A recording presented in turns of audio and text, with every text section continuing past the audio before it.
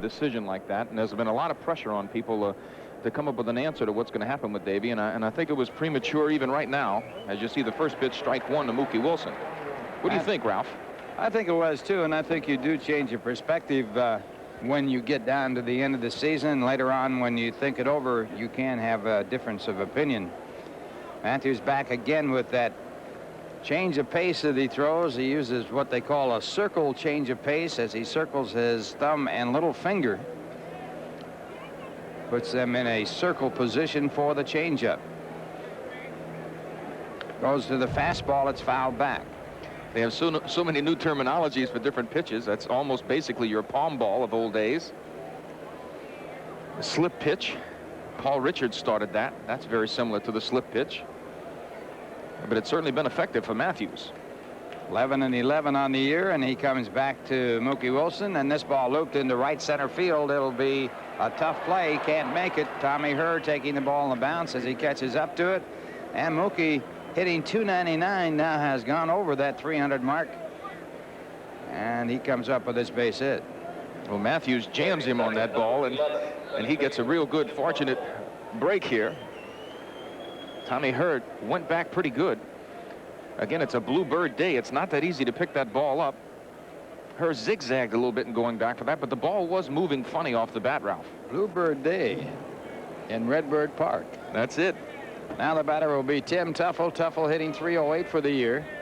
14 home runs, 59 runs batted in. He has tied his career high for the most home runs in any one season. 14, he did that with Minnesota.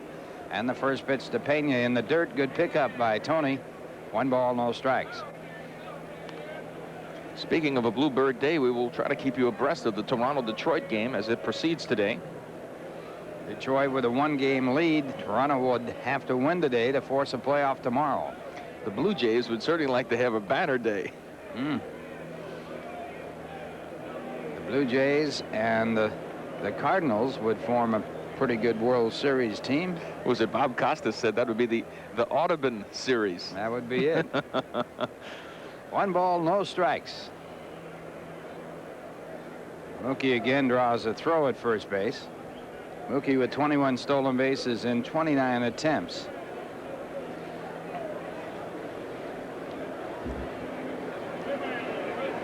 Another one over to first. This one close. It's called a balk. So a balk called against Greg Matthews. That is the 5th balk that he has made this year. Well, with Bruce Froemming on first base, you have got to be careful. He makes that move. Froemming says he went behind the pitcher's rubber. When you extend that leg out as a left-hander, you cannot go behind the rubber. If you go behind the rubber, you have to go to the plate. So the Mets with a runner at second base and no one out. The 1-0 pitch to Tuffle is taken for ball 2. 2 balls, no strikes. First base coach Bill Robinson back in his normal slot at first base. Yesterday managed the Mets to a victory. You see Keith Hernandez in the on-deck circle. So the regular manager and the regular players are out there for the Mets today. And the Cardinals using their regular lineup with the exception of center field where Willie McGee is not playing. He has a bruised arm. And first baseman Pagnazzi not a regular. He is at first base. And that pitch for ball 4, and Tuffle walks, and the Mets have runners at first and second. Jack Clark, a question mark as to whether or not he'll play in the playoffs, as he does have that sprained ankle. That brings up Keith Hernandez. Sort of a toss-up who gets booed the most here in St. Louis, Keith Hernandez or Howard Johnson. Well, it used to be that Hernandez certainly was booed more than any player coming in here. But after all the remarks Howard Johnson had about knockdown pitches and Cox and he getting in arguments in the media, the St. Louis fans really wear him out here. Keith Hernandez, of course, started his great professional career here with the St. Louis Cardinals. Was an MVP for the Cardinals when he led the National League in hitting. That year he tied with Willie Stargell for the most valuable player in the National League. And the pitch is ball 1. Keith hitting .290 for the year, a career high 17 home runs. He has driven in 88.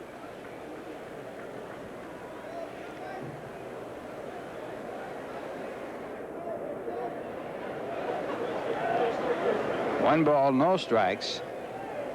And a ground ball to short. Should be a double play. Smith over to her on the first base for the double play.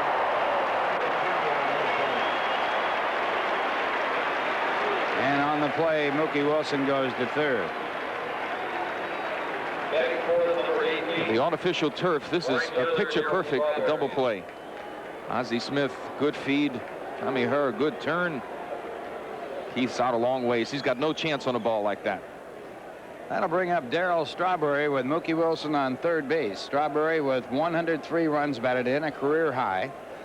He also has a career high and a team record with 39 home runs, hitting .283 for the year. And Darryl Strawberry, the player of the month of September in the National League, and that pitch, ball 1. A very well-earned award by Darryl Strawberry. Set a lot of records this year for the New York Mets. Most extra base hits by any Met ever. Most runs scored. And that pitch in the dirt, a good block by Pena again. Actually, Tommy Agee scored 107 runs one year.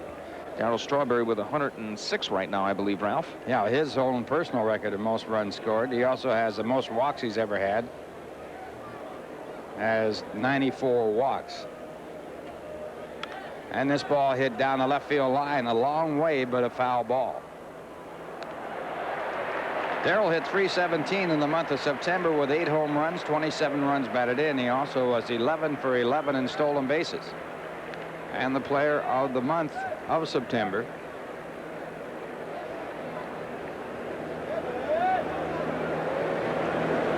Two balls, 1 strike to count to Darryl Strawberry.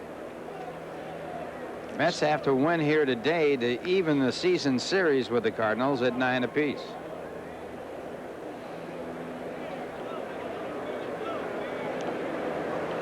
Darryl Strawberry is going to take a lot of people out of the record book, not only for the Mets, but in baseball if he continues with the attitude he's had, particularly this last 6 weeks of the season. 2 balls, 2 strikes to count. Darryl maturing considerably this year as he handled the press and all the criticism that came about around the All-Star break and had a fine finish. Now they count at 3-2 to Strawberry with McReynolds on deck. Another big crowd here in St. Louis. Fastball, and it's foul tip. Strawberry stays alive on the foul tip as Pena can't hold on to it.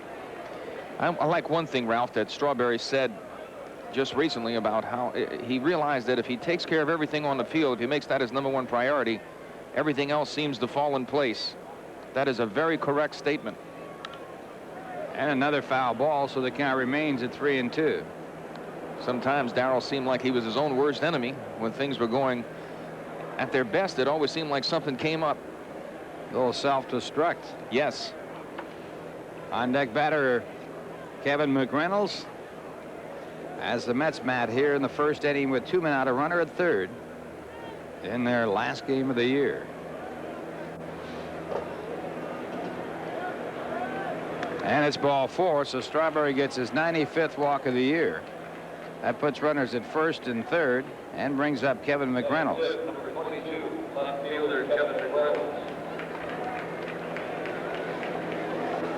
McReynolds hitting .275 for the year, a career high 29 home runs. He also has a career high in RBIs at 92. Hit 26 home runs for the San Diego Padres last year.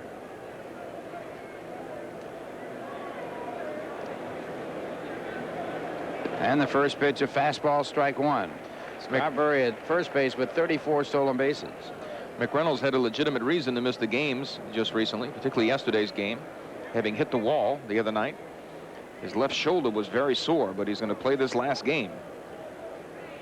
Darryl a short lead at first, and the pitch back a ball, 1 ball, 1 strike.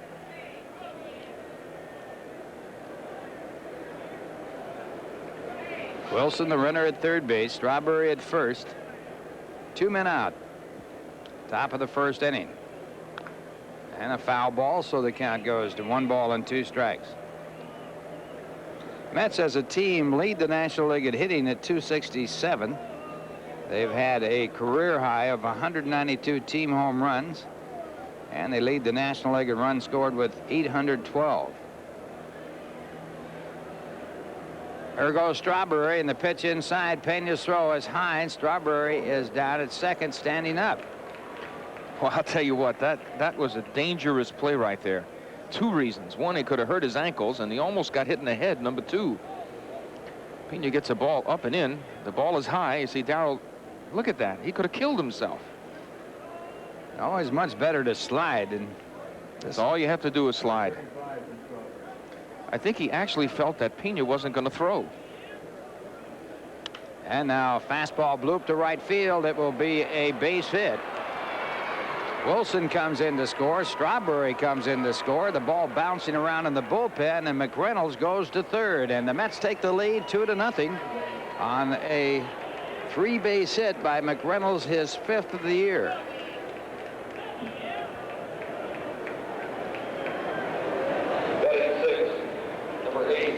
Well, we've talked many times about smart hitting. He gets jammed on it, but he picks a great place on the field to have that ball drop. It bounces away on that turf from right fielder Green. Gets caught in that bullpen area, and he winds up with a triple. So the Mets leading 2-0, and the batter is Gary Carter. Carter hitting .233 with 19 home runs, and he hits the first pitch in the air to center field. Center fielder Jose Oquendo makes the catch, and that he has a record of 12-8 for the year, an earned run average of 3.60. Sid has worked 152 2/3 innings. He has given up 125 hits, 16 of them home runs, walking a total of 65 while striking out 132. 4-3 lifetime against St. Louis. The lineup for the Cardinals is going to be Vince Coleman, Ozzie Smith, and Tommy Herr. It's the top of the lineup. Then David Green will be in the cleanup slot. Terry Pendleton, Tom Pagnozzi. And then the final three hitters, Jose Oquendo, Tony Pena, and Greg Matthews.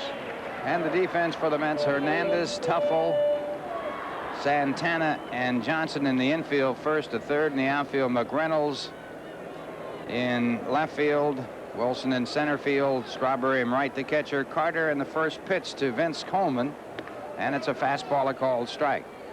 Coleman hitting .290 for the year, 3 home runs, 42 runs batted in. He leads the National League in stolen bases with 108. And Fernandez back with a fastball, strike 2. Coleman's high for stolen bases in a single season, 110. He did that his rookie year. And that is a rookie record. This year he has walked 70 times. That certainly has helped him at the plate, raising his batting average by being a lot more selective, and a swing and a miss, and he has struck out now 105 times. Sid Fernandez just burning one in there. Up and away. Mets leading by a score of 2-0, 1 man out, bottom half of the first inning, and Ozzie Smith will be the batter. Ozzie having a great year, hitting .305. He has no home runs, 75 runs batted in. And he goes after the first pitch. It's a towering foul ball. Santana is there, and Ralph makes the catch. Ozzie Smith, with his no home runs and 75 runs batted in, is far from the record. A fellow named Lav Cross, back for the A's in 1902, had no home runs and drove in 108. Jeez.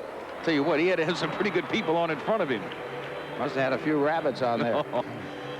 He had some 1, 2, 3 people in front of him that had to be knocking people all over the place. Now Tommy Herr, the batter. Tommy hitting .263 with 2 home runs, 83 runs batted in.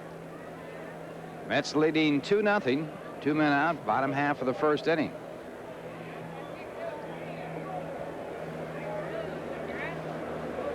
And the first pitch, a called strike.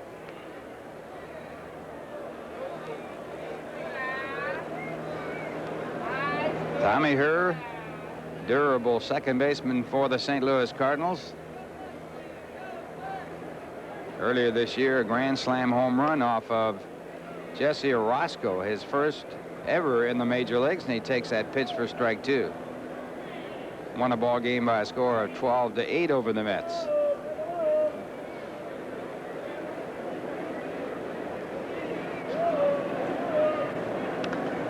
And a foul ball off the fastball. The Cardinals, since the All-Star game, have won 39 games while losing 36, just 3 games over 500. It was their great start that got them where they are, National League East champions. At one point back on July 23rd, they led the Mets by 10.5 games, and this ball hit into center field. Right there is Mookie Wilson, and the Cardinals go in order. The score at the end, 1, the Mets 2, and the St. Louis Cardinals nothing. Now here's a word from American Express. Greg Matthews completing his warm-up pitches. Mets leading by a score of 2-0. There's a very attractive fan here in the Busch Stadium.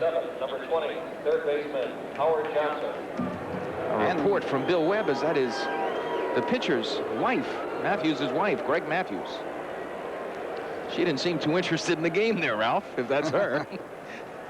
Well, she's going to be interested in the playoffs. The winning team in the World Series receives, each individual receives somewhere around $90,000. And the first pitch to Howard Johnson, looking for his 100th RBI, is taken strike 1. Johnson hitting .264 with 36 home runs, 99 runs batted in.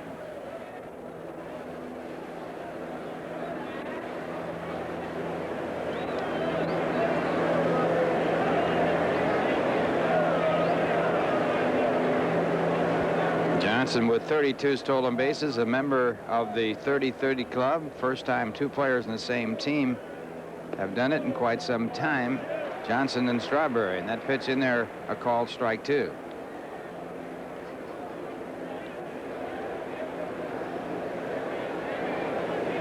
Johnson becoming the 8th man to join that 30-30 club, led by Bobby Bonds, who had 30 home runs and 30 stolen bases 5 times in his major league career.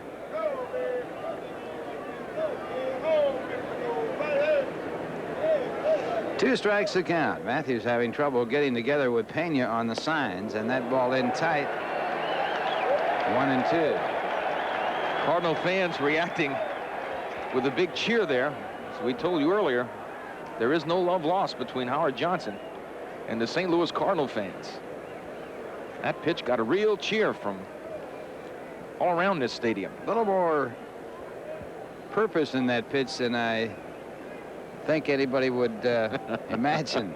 I think that's an understatement. 1-2, and the pitch back is a changeup, and Johnson goes for it and is struck out.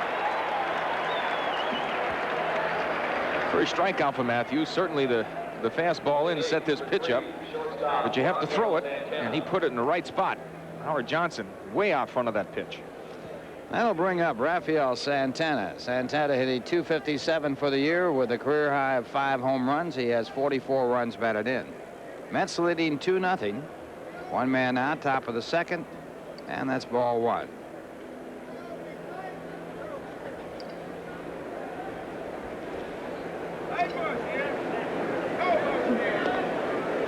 A strike call, 1 ball, 1 strike.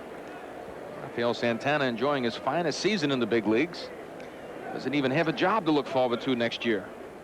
Kevin Elster, of course, the heir apparent to the shortstop job for the Mets.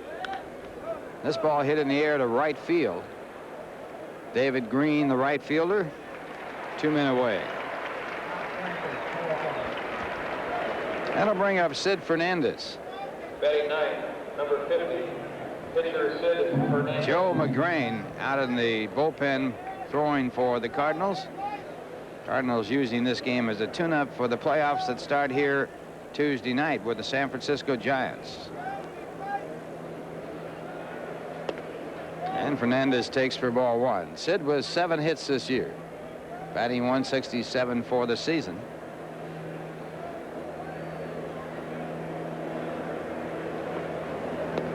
And the fastball for ball 2. 2 balls, no strikes. Whitey Herzog said he was undetermined whether he was going to use Matthews or McGrain in game 3. He's going to open with Danny Cox and pitch John Tudor. That's here in St. Louis. And they go on to San Francisco. Left-handers more effective in Candlestick Park than they are anywhere else as that wind blows in from left field. The toss by Ozzie Smith picks up Fernandez, and the Mets go in order. The score at the end of 1.5 innings, the Mets 2, the St. Louis Cardinals nothing. Now here's a word from Busch Beer. What's wrong with this picture? 1985 World's Champions. But the Cardinals weren't. It was Kansas City that won the World's Championship in 1985 as the Cardinals lost that last game 11-0 to Kansas City. John Tudor, the pitcher. David Green will lead it off for the Cardinals, trying to be the 1987 World's Champs.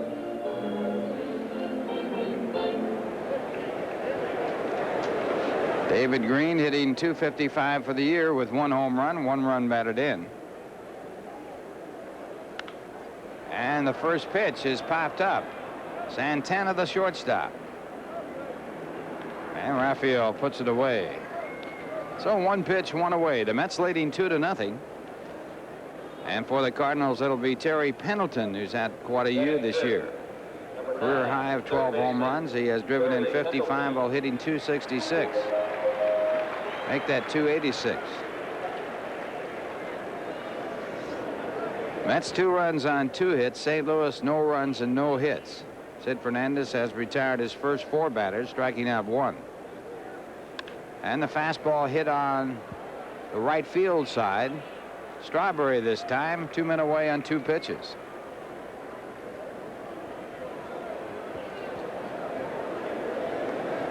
That'll bring up Tom Pagnozzi, the first baseman. Pagnozzi normally a catcher. Hitting .178 for the year with 2 home runs, 8 runs batted in. He hit his first major league home run off Sid Fernandez earlier this year.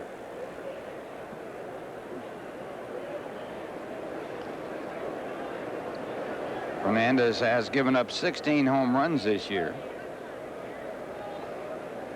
And he goes to the fastball for ball 1.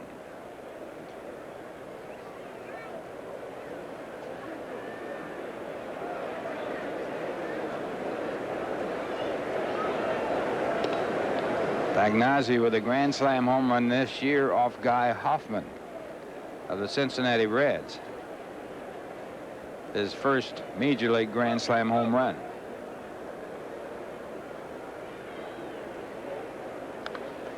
And the fastball fouled back. You know, you hear a lot about parity in all sports, certainly in baseball. Since 1978, no divisional winner has repeated in the National League. That's incredible, Ralph. Well, the system certainly devised to have parity as the last place team gets the first draft choices, with the first place teams getting the last draft choices out of high school and out of college. And again, the fastball. Both the Dodgers and the Yankees in '77 and '78 repeating, with the Yankees winning the World Series in '78.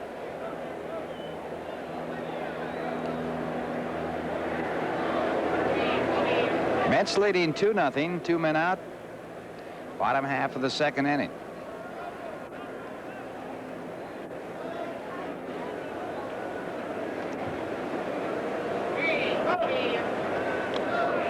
Got him with a fastball. So Sid Fernandez with 2 strikeouts, retiring his first 6 batters. And the score at the end of 2, the Mets 2, the Cardinals nothing. Now here's a word from the good old guys. Joe McGrain on the mound for the Cardinals, and Mookie hits it down the right field side, but it's foul. Joe McGrain on the season has a 9-7 record, a 3.39 earned run average. This is his 27th game, and I think it's his first relief appearance. But Whitey Herzog is not worried about that. He's worried about everyone being ready for the playoffs. And Mookie at the plate, and this one hit down the right field side. It's in foul territory. A long run for Green as he crosses into foul territory to make the catch. Mookie had blooped the base hit to right field his first time up. Mets leading 2-0, and the batter will be Tim Tuffle. Tuffle walked on 4 pitches his first time up. His average staying at 308 for the year with 14 home runs, 59 runs batted in. McGrain on the season has 98 strikeouts, so he needs 2 strikeouts across that century figure. Trust me, he knows that. In fact, it's written on his cuff. He knows he's not going to get a long time out there today. And Tuffle gets his first pitch, a fastball for a strike. McGrain, a rookie this year. He and Greg Matthews, the man who preceded him on the mound, a couple of real typical left-handers. And there's a pitch in for a strike. It was not for Benito Santiago having such a marvelous season. 34-game hitting streak. McGrain may be up for Rookie of the Year. And the pitch grounded foul, so the count stays at strike 2. 34 consecutive games, an all-time record for a rookie, having a hit in 34 consecutive games. That streak was snapped yesterday. And that pitch is a ball, so it's 1-2. Just 10 short of the record in the National League held by Pete Rose at 44. The all-time record, 56 consecutive games. Joe DiMaggio did that. Little looper into the right field area. Tommy Herr back to get it. Got there 2 runs. And the first pitch by McGrain, a called strike. Keith getting ready for the winter. It looks like he's getting ready for a trip to the Orient. That Fu Manchu on. Keith started this ball game hitting .290, 17 home runs, a career high, 88 runs batted in.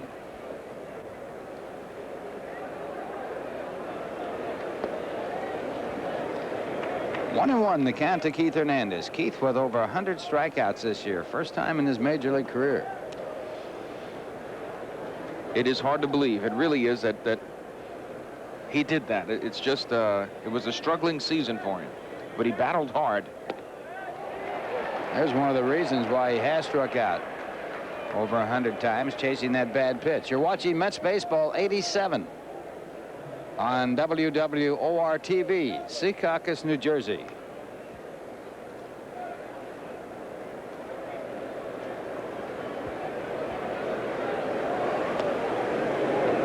Two balls, 2 strikes. Fastball by Joe McGrain. Joe McGrain wanted that bad. Had a couple of words he yelled out there.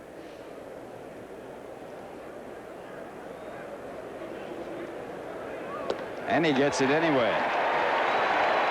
So the Mets go in order. 7 in a row by the Cardinal pitchers.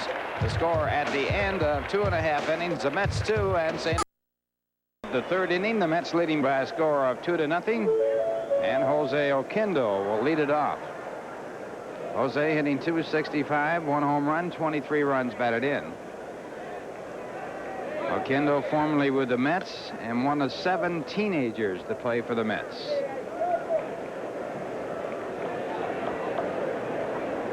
The first teenager to play for the Mets, Eddie Creampool, back in 1962 when he was brought up from the minor leagues to play in the Polo Grounds at the end of the season.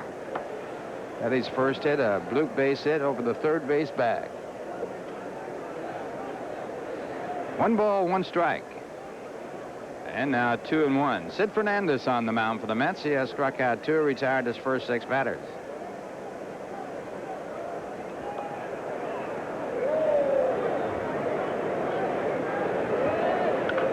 And a base hit by Oquendo.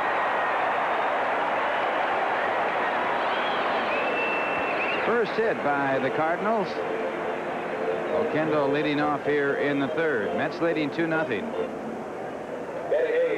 You see Oquendo swinging, certainly much stronger and more developed than he was when he was a youngster with the New York Mets. A lot of people felt that the Mets made a mistake in making a decision to get rid of Oquendo. But a lot of times you have to remember that circumstances can change your thinking. The Mets were going to lose him if they didn't keep him on the Major League roster that year, Ralph. They were going to lose him one way or another, so they made the trade. And now the next pitch grounded to the second baseman. Tuffle makes a play at first. as Oquendo moves on down to second. Not an easy play for Tuffle. Tuffle's makes this a tough play. He's thinking double play. That ball's too high for it.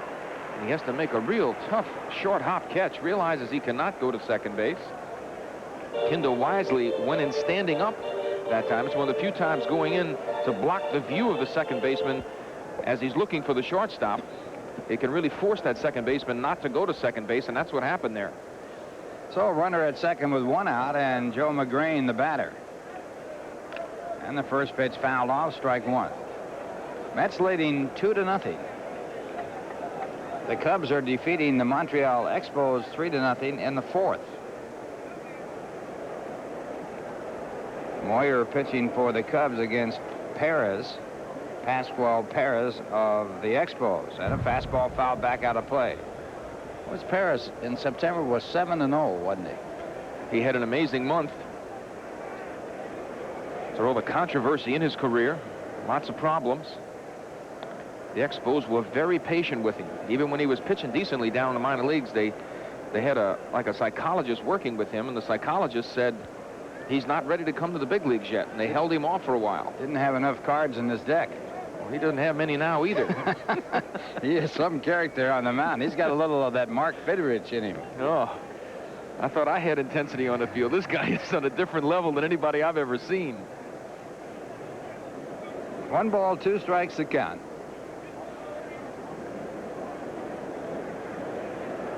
Sid going to the breaking ball, 2-2. What a great name, Mark the Bird Fidrich. Had the pleasure to play on the club when he came up in Detroit. I have never seen any one player in my entire major league career affect the public all over the country like Mark Fidrich did. That 1 year was unbelievable. Every time he pitched, he had 50,000 in the ballpark. He drew 35,000 in Minnesota when they were going real bad. And a drive down the right side, but it's foul. Tell you, it's a study for a lot of people in ownership and management in baseball. Mark Fidrich said he was ready, that he was back, that nothing was bothering him. His knee was strong, and he went out and he pitched. And it took a little time, but he was favoring that knee, and he hurt his arm.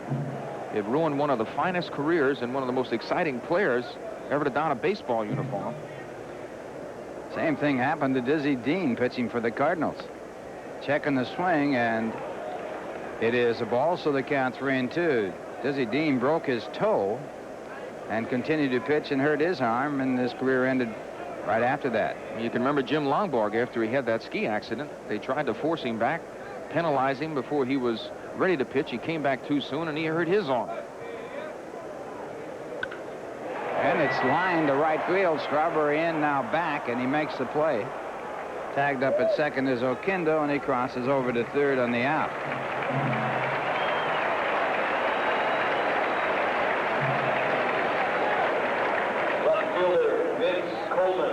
McGrain trying to help himself, certainly does. Stays on top of that ball. For a second there, it looked like Strawberry might have misplayed that one, but he got back far enough. You see those shadows? Strawberry is already standing in them. As this day gets long, it just keeps coming across from right field towards left field. It is really a tough thing about the 5th to 6th inning. Mets leading 2-0. The Cardinals with a runner at third with 2 men out. And Vince Coleman will be the batter. Coleman struck out his first time up.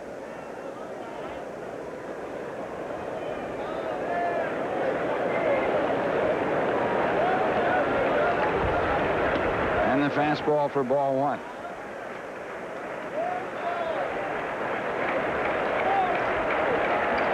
Coleman hitting .289 for the year.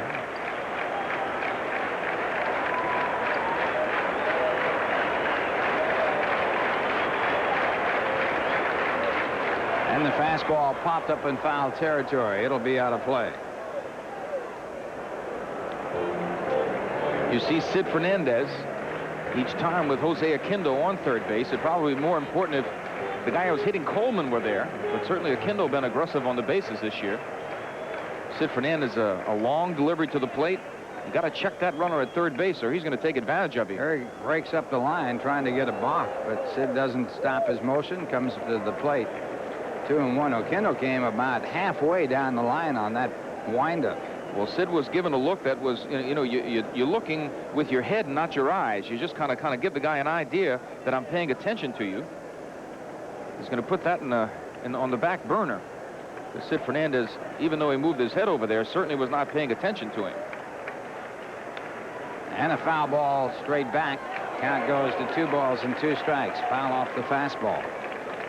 You were pretty cool on that one, Ralph. That one hit a little low below us here, but I had an idea. I certainly checked you out.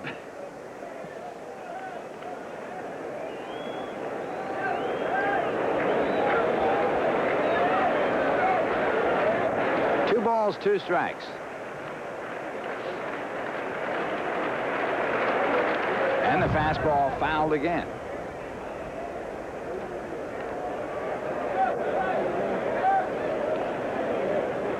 Toronto and Detroit not underway. Detroit leading Toronto by 1 game. If Toronto wins today, they will force a playoff, which will take place tomorrow. I think that's great. I hope it works into a playoff. What an excitement. This ball fouled off on the first base side. Keith Hernandez over there in the bullpen area can't get to it.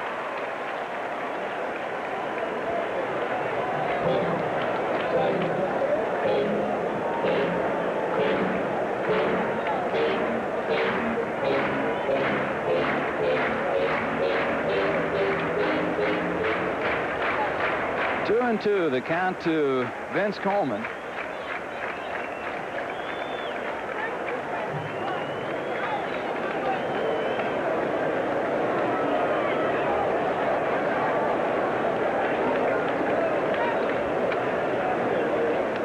And again a foul ball.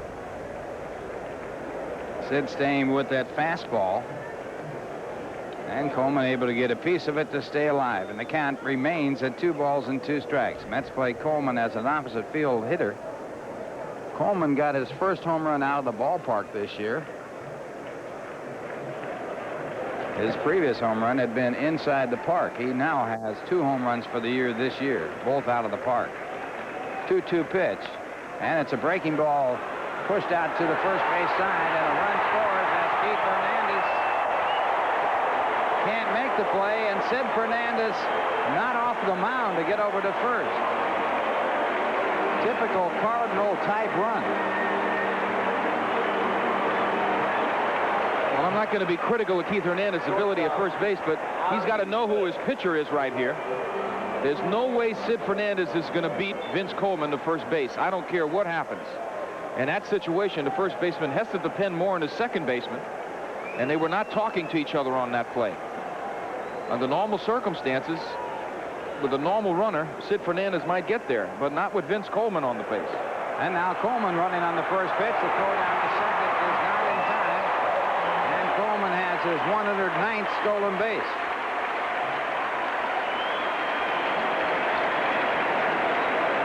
Gary Carter doesn't have much of a chance. Sid Fernandez a long time getting to the plate. Vince Coleman has yet to be thrown out in his major league career by the New York Mets.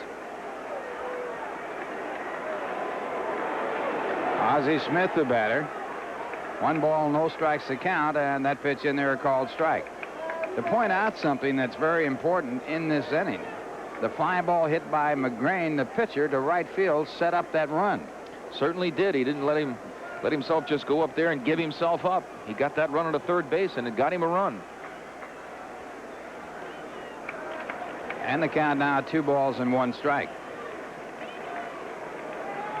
Cardinals are outstanding at manufacturing runs. They are the master of the extra base.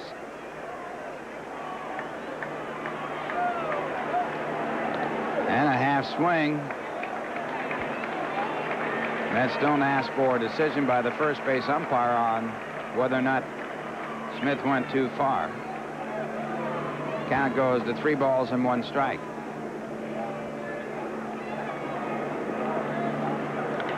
And this ball hit in the air to center field. Mookie Wilson, the center fielder, and that'll do it. But the Cardinals get a run on 2 hits. They leave 1, and the score at the end of 3. It's the Mets 2 and St. Louis 1. Now here's a as as we go to the top of the 4th inning. And once again, here's Steve Zabriskie. Thanks a lot, Ralph. It'll be Darryl Strawberry to lead things off for New York in the 4th. Keith commiserating with the fellows in the dugout as the Cardinals scored one in the bottom of the 3rd, and it's 2-1 New York. Strawberry walked, stole his 35th base of the year, and scored his 107th run of the year, his first time up, and that ties him with Tommy Agee for the club record of 107. Agee set that record in 1970. Outside, 2-0. So if Darryl can get another run, he can set a new record for New York in that department. 3-0. But what a year he has had. He's also 3 RBIs away from setting a new Mets record for runs batted in. He has 103 and would need 106, but here he walks for the 2nd straight at bat, this time on 4 straight pitches. Left fielder Kevin McReynolds. This game is being brought to you in part this afternoon by the New York Daily News, New York's hometown paper, and by RC Cola. People go out of their way for the taste of RC. Kevin McReynolds has both RBIs for the Mets. He tripled in 2 runs with 2 out in the 1st inning as Strawberry draws the throw.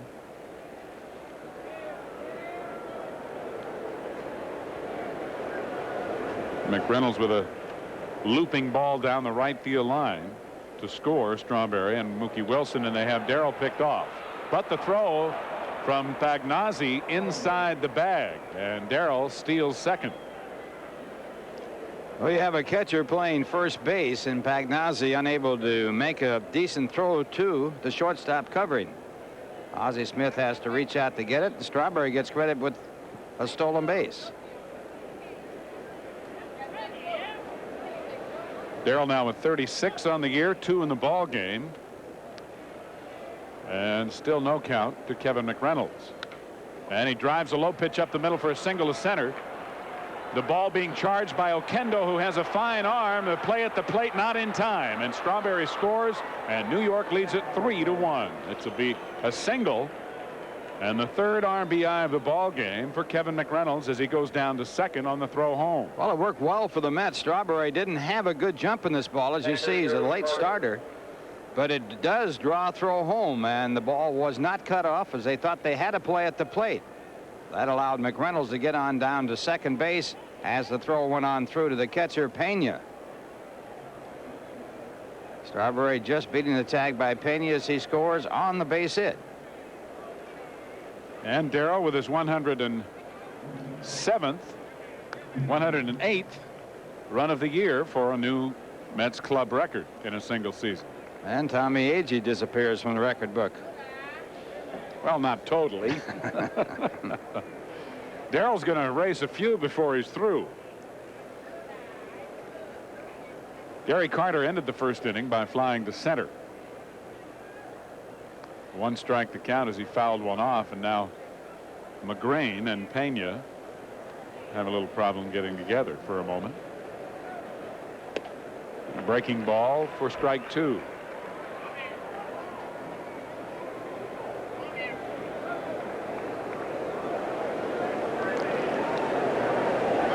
Gary 1 home run away from having 20,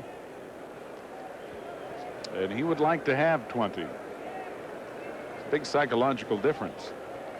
Bounces away and goes clear into the stands, and McReynolds trots on down to 3rd base on what should be scored a wild pitch, and is.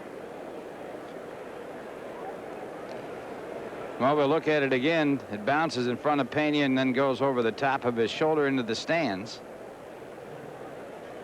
and that's the official scorer's decision, a wild pitch. So 1-2 to Carter.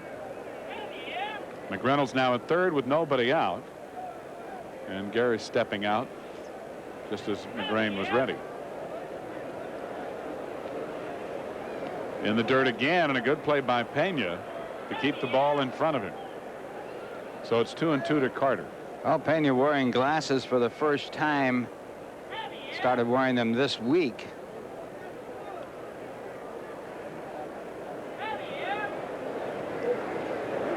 Sometimes even glasses don't help. You can see him better, but you can't catch him better. Nothing you can do about it. A fastball hit deep to left. Coleman going back, and it is gone. A home run for Gary Carter, his 20th of the year. A 2-run shot as the Mets now lead 5-1. Well, Carter can have this for enjoyment on his last game of the year. He hits a ball out of the ballpark to get his 20th. Had a funny looking swing as he sort of kind of just put the bat on the ball with a short swing on the inside fastball.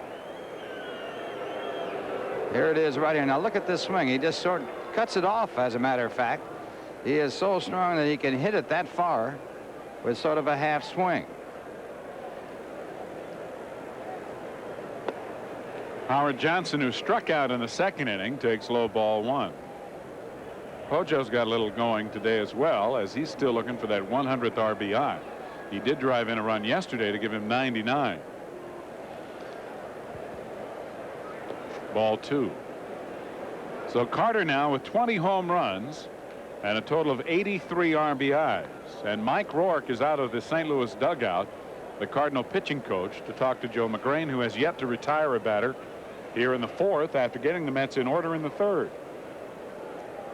Whitey Herzog doing something in this game that Chuck Tanner has always talked about, of having pitchers just go 3 innings apiece, although it's not exactly that way. Tanner would like to institute that in baseball, but I don't think the pitchers union would allow it. No, there'd be a lot of opposition. No way if you started the ball game you could get credit for a victory, as you have to go 5 innings to come up with a win. It would be, I guess, democratic, but pitchers don't go for that. The Cubs at one time had rotating managers. They called them roving coaches, and they used 8 of them. That didn't last very long either, No. because again you lose the personal effect. Nobody can get credit for anything.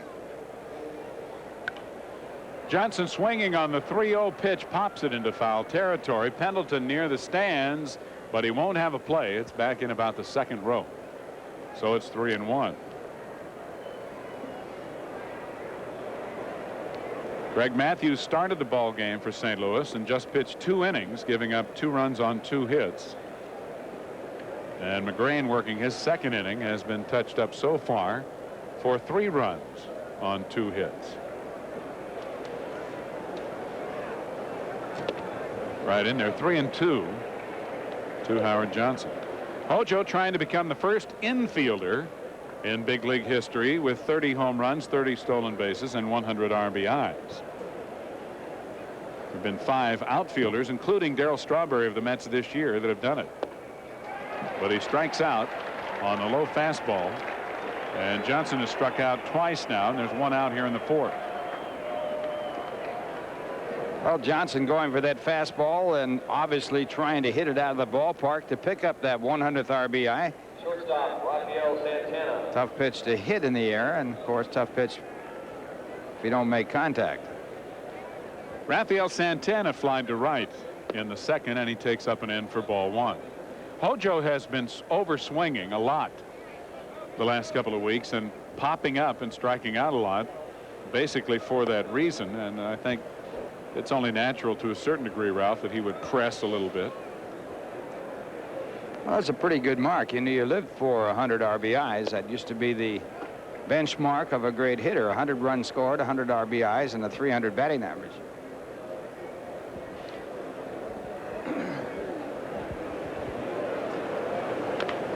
Grounded foul, and the count 2-2.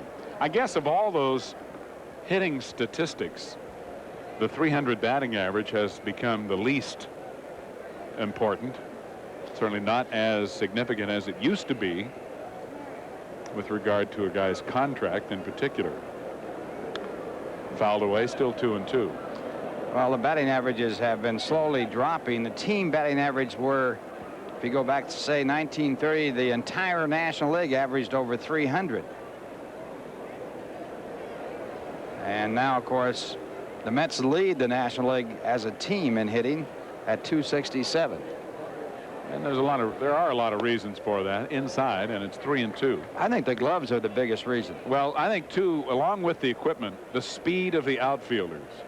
Balls that used to drop in get caught now because years ago you didn't have Colemans and McGee's and people like that out there that could just flat run about everything down. They got fishnets for gloves too. When they get there, they can get that extension to get to balls that normally would not be caught. That's right. Ball 4 to Santana as it almost hit his foot.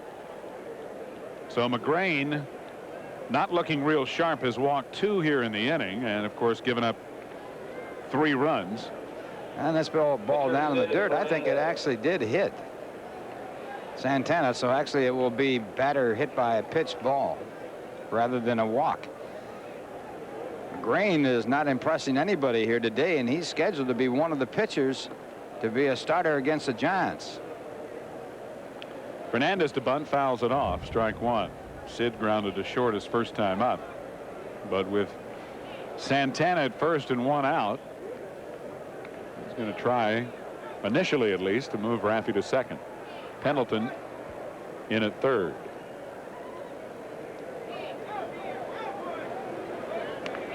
And Sid bunts it foul, a pitch out of the strike zone that he probably should have taken, and it's 0-2.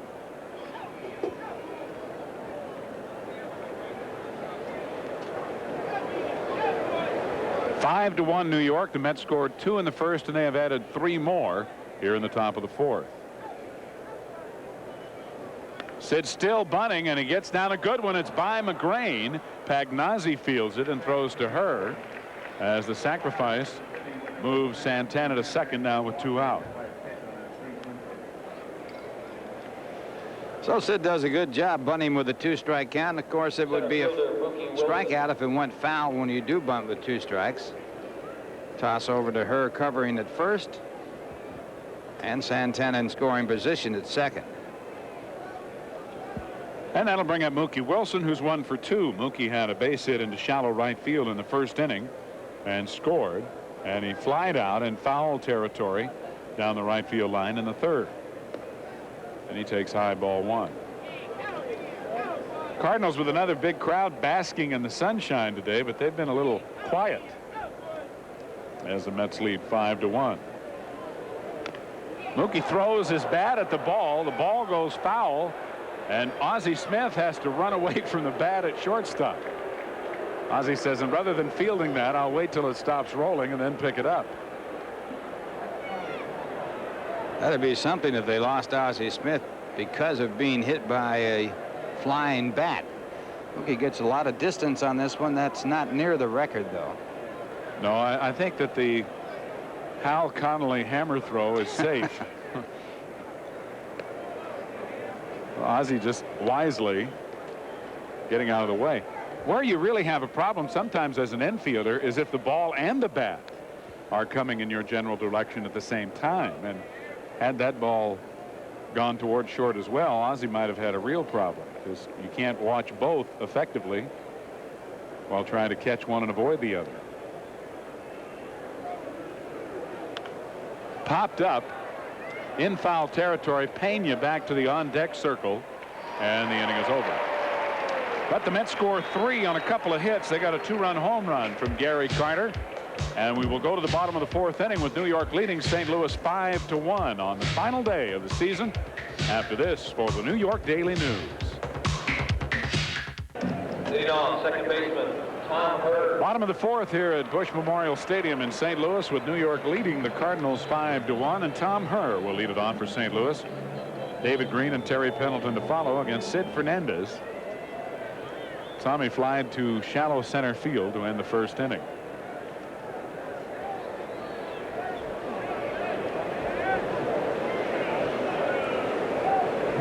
Tom, sort of the unofficial captain of the Cardinals, provides a lot of leadership, but they have not designated anyone to that capacity. Fouls back the fastball.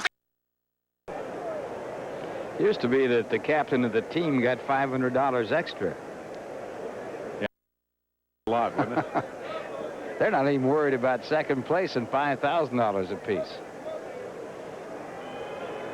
Except for the younger players, I'm sure. When you're making 60, 5 is obviously a larger percentage than when you're making 800 or $1 million.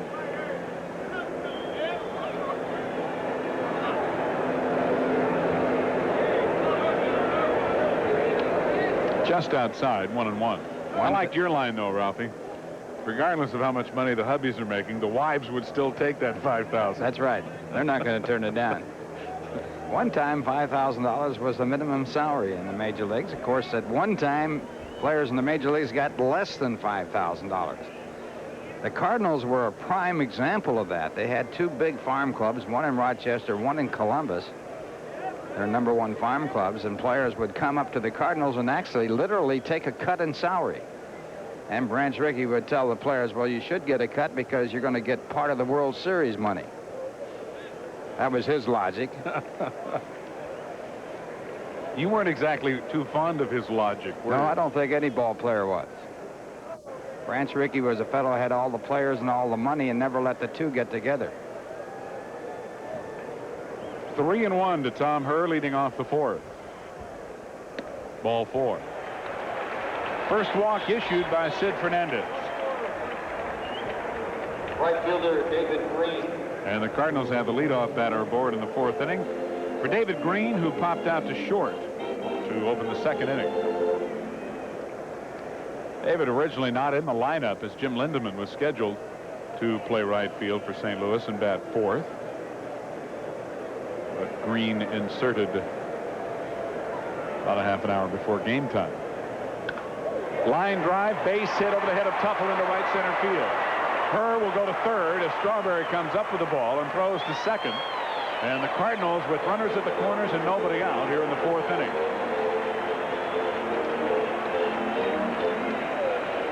Well, this is a fastball, and Green goes right with it, hits it into the alley in right center.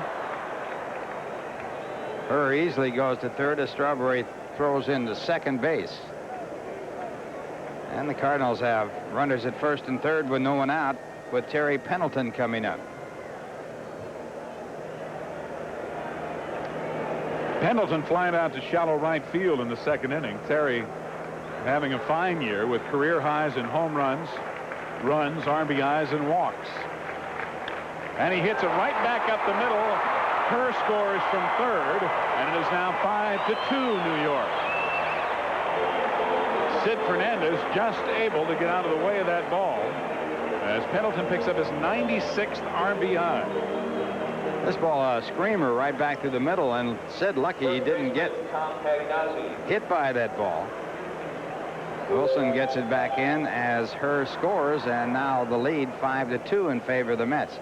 Pendleton, the man that probably will be credited with doing the Mets in with that home run he hit back on September 11th to tie the game in the 9th inning, and the Mets lost it in 10. That turned the season for the Mets. And he won single base hit that made it impossible for the Mets to win and repeat. Here's Tom Pagnozzi, who struck out to end the 2nd inning. Breaking ball way high and away. Ball 1.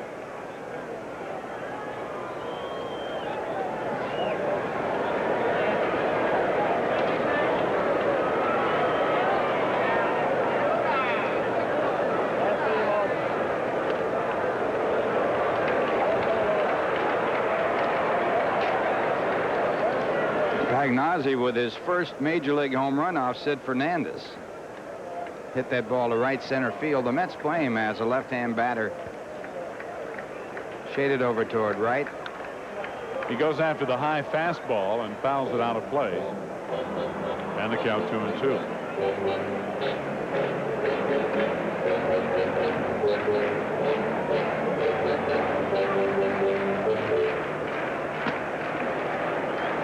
Still nobody out in the inning as Herr led off with a walk. David Green singled and Terry Pendleton singled to drive in Herr from 3rd. Outside, and the count is full at 3-2. Sid was cruising along, retired the first 6 in a row. Then Oquendo led off the third, and there's Jose on deck with a base hit to left field. And with 2 out, Vince Coleman beat out an infield hit to drive him in. But here in the 4th inning, Sid has been wild. And when you get behind big league hitters and have to come in, you usually pay the price. Fly ball out of play down the right field line, and the count remains 3-2. After 1 inning, Toronto nothing, Detroit nothing.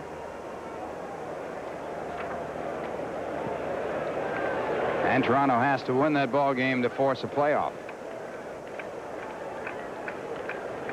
And about a week ago, it looked like Toronto was going to be cruising in the final week, and then Ernie Witt went down, and Tony Fernandez broke his arm, and the Detroit Tigers stayed hot. And of course, Detroit winning yesterday in 12 innings as the ball went through Manny Lee's legs at short. Manny in there for Tony Fernandez. It was a double play ball with the bases loaded. Terry Leach up and throwing for New York.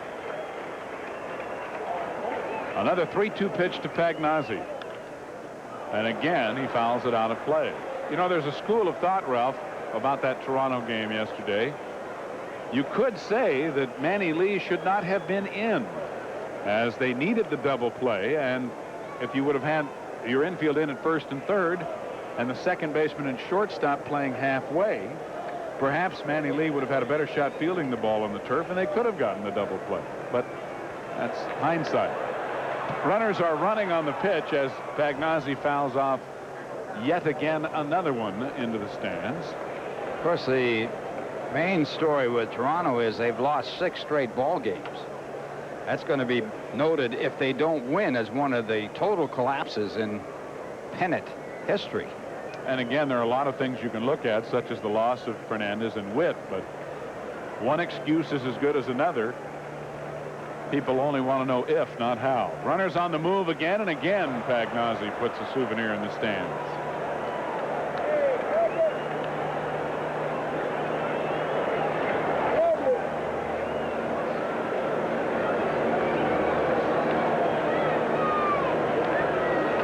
Three and two, nobody out, and runners at first and third, or first and second.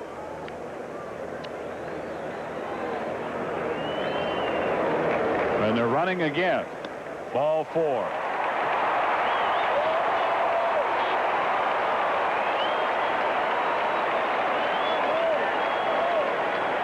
Second walk of the inning, still nobody out, and now the base is loaded for Jose Oquendo. And here comes Mel Stottlemyre to talk to Sid Fernandez, and also, I'm sure, give Terry Leach a few extra moments to get loose. Mel is going to be pitching again this winter. At his advanced baseball age, certainly not advanced age as far as life is concerned. But Mel's going to pitch this winter with his 2 sons, Todd and Mel Jr., for the Ponce Lions of the Puerto Rican League. And he says he's really looking forward to it. It's something he's never done before, have an opportunity to pitch with his sons, who are both pitchers in the minor leagues. I'll tell you what, Mel doesn't look a whole lot older than he did when he retired, does he? He's in good shape, there's no doubt about it. That'd be something to see. A starting staff of Stottlemyre, and Mendoza or somebody. How about Gordie Howe playing with his sons? That was great. He was an amazing athlete. Bases loaded for Oquendo, who takes a strike. Jose, with a base hit in the 3rd inning, has scored the first Cardinal run. And what a job he has done this year for St. Louis.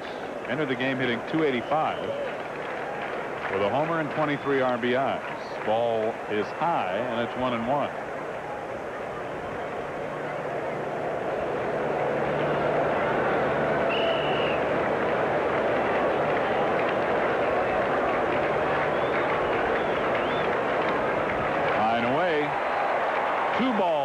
Strike. Fernandez looked to stumble a little bit, and you always have to wonder with Sid whether or not his knee is bothering him in addition to his shoulder. Had the labor ball game where he was pitching a no-hit, no-run game for 5 innings because of that knee. Fastball inside. 3 balls, 1 strike. Top of the second inning, Detroit has scored. They lead 1-0 as they bat in the second.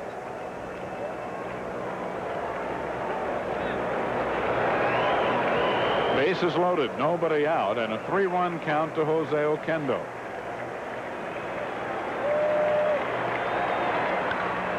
A high fly ball to left field. McReynolds shading his eyes from the sun. David Green tagging at third. The throw will go to third as Green scores the 3rd Cardinal run. And it is now 5-3 New York.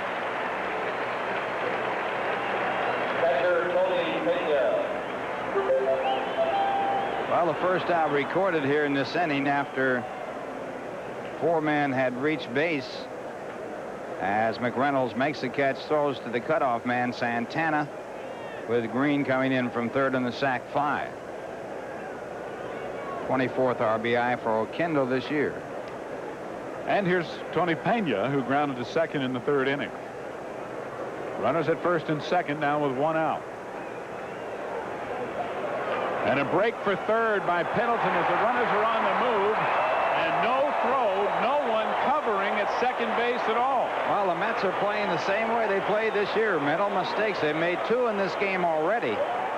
And Tuffle or Santana failed to cover at second as Carter wanted to throw to get the back runner. And he can't throw. There's no one at second base. So a double steal for the Cardinals. Deep to left field. Off the wall. A long single scores 2 by Tony Pena. And the Cardinals have tied the game here in the bottom of the 4th inning at 5. Pena getting his first hit since putting on glasses, and he really ripped this ball to left. He just missed a home run. The glasses have worked, at least in this ball game. And it's going to be all for Sid Fernandez, who took a 5-1 lead in this inning, and he will not be able to get credit for a victory in his final start of the year. And he could be on the losing side of this ball game. He came in with a record of 12-8, and the Mets are going for Terry Leach to pitch to the pitcher, McGrain. Still only 1 out in the inning as McGrain flying to right field his first time up in the 3rd inning. Matthews started the game for St. Louis, but just pitched the first 2. And a pitch out, but Pena not running. 1 ball to count to Joe McGrain.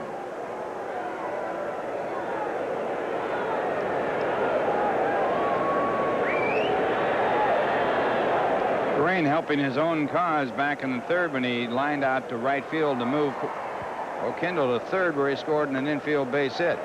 The bunt, Johnson will have to go to first base to Tuffle covering. Pena with a big turn at second. Holds on where he remains on the sacrifice, now with 2 out here in the 4th. All right, here the bunt out to the 3rd base side. Howard Johnson has no play at second base, so he throws to Tuffle at first. And now the go-ahead run is at second with 2 men out here in the bottom half of the 4th inning. Tony Pena, the base runner. That'll bring up Vincent Coleman. Vincente is 1 for 2. He had an infield base hit in the 3rd, beating out a roller to first base, fielded by Hernandez. Then he stole his major league leading 109th base of the year. His infield base hit drove in the first Cardinal run, and he grounds this one to second. Tuffle in and over, and the inning is over. But the Cardinals score 4 times on 3 hits and tie the game up at the end of 4. New York 5, St. Louis 5. We'll be back after this for Nissan.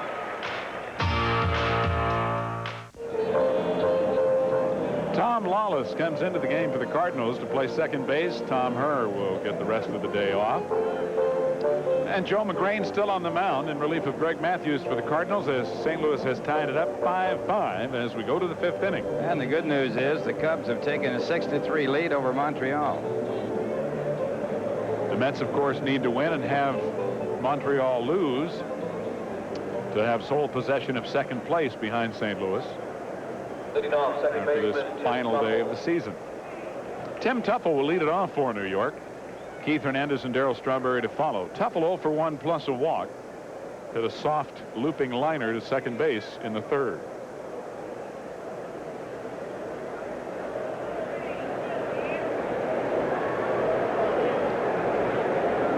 Ball 1. Well, McGrain has taken the loss away from Greg Matthews, his left-handed pitching buddy. Breaking ball fouled off as Tuffle was out in front. 1-1. McGrain, sidelined earlier this year, said, "I'll be sidelined for 2 weeks. For all you English majors, that's a fortnight." He is something else, I'll tell you. He has a rather calculated and measured sense of humor. Ball 2, 2-1. Whereas Matthews, on the other hand, is one of those guys that's funny without trying to be funny. He just does unusual things. Down low with a fastball, and it's 3-1. McGrain said he just read a book, JFK and the Man in the Airport.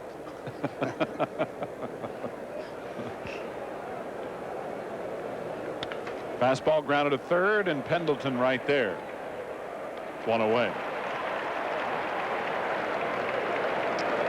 First baseman, Keith Hernandez. Not too many get by number 9 down there at third base. You know, He's a magician. Talking about Greg Matthews, who started this ball game, he has a special T-shirt that says, "Everyone is born right-handed.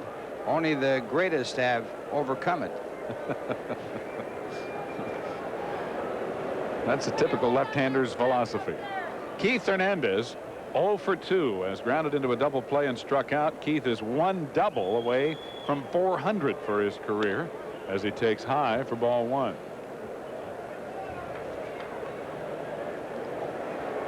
Keith has not had the kind of September that he had hoped for. Part of the reason being the last couple of weeks he was about as sick as you can be and still be walking.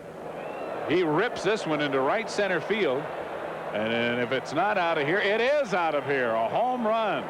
Keith Hernandez hits one just into the basket in right center field for his 18th home run of the year, a career high, and he now has 89 RBIs. The Mets retake the lead 6-5.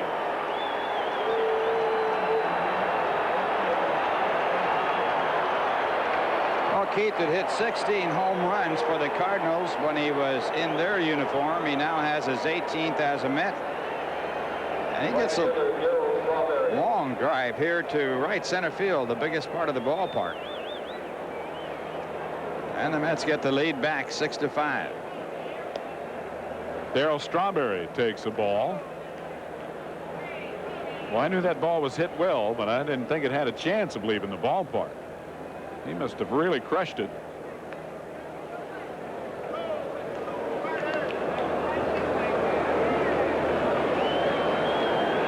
Well, the Mets having 3 men with 20 home runs now. Like Reynolds getting his 20, should say Carter getting his 20th in the 4th inning. First time the Mets have ever had 3 batters in the same season with 20 or more home runs. Well, the Mets are the first team ever to have 2 guys with membership in the 30-30 club, Strawberry and Johnson. 2 guys in the same season, that is. Darryl with a chopper foul, and the count stays at 2-2. Bill Robinson, coaching at first, managed the ball club yesterday, and Bud Harrelson coached at first. Robbie will be managing in Venezuela. Caracas. I imagine he'll try and get the Stottlemyre boys and their dad, huh? Well, the Stottlemyre sons were supposed to pitch in Puerto Rico. But boy, it would be nice if we had a little family action going. He ought to try and get Sid Finch to make another comeback. There you go. That's the guy you need with that 160-mile-an-hour fastball. Strawberry fouls off a fastball, and the count 3-2. The big problem with Sid Finch is the fact that he will not wear the standard uniform. That's right. That combat boot is what the umpires object to.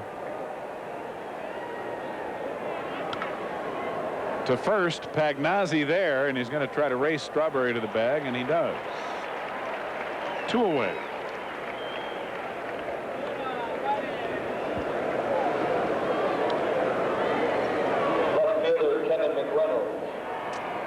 Kevin McReynolds with 2 out and nobody on is 2 for 2 in this ball game with a triple, a single, 3 RBIs, and a run scored. Not too shabby for a guy with a sore shoulder.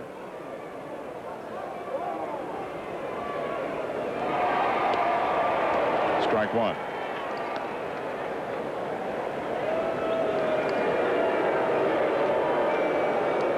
McReynolds, I'm sure, would dearly love to hit one out today so that he could have 30 home runs on the year. And he misses the breaking ball, and it's 0-2. Just something about that psychological difference when you change that front number. 19 to 20 or 29 to 30. And of course, Strawberry with 39 home runs with a chance for 40. And the breaking ball missed, and the inning is over. McGrain gives up a home run to Keith Hernandez here in the 5th inning, and the Mets regain the lead after 4.5. New York 6, St. Louis 5. Now here's a word from American Express.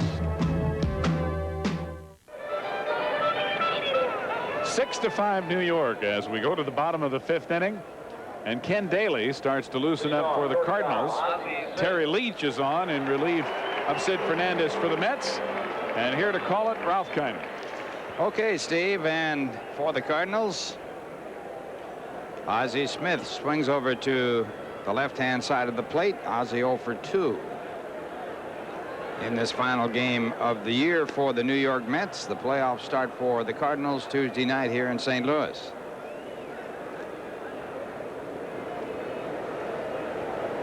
Leach a chance to pick up his 12th victory now as he leads by 1 run.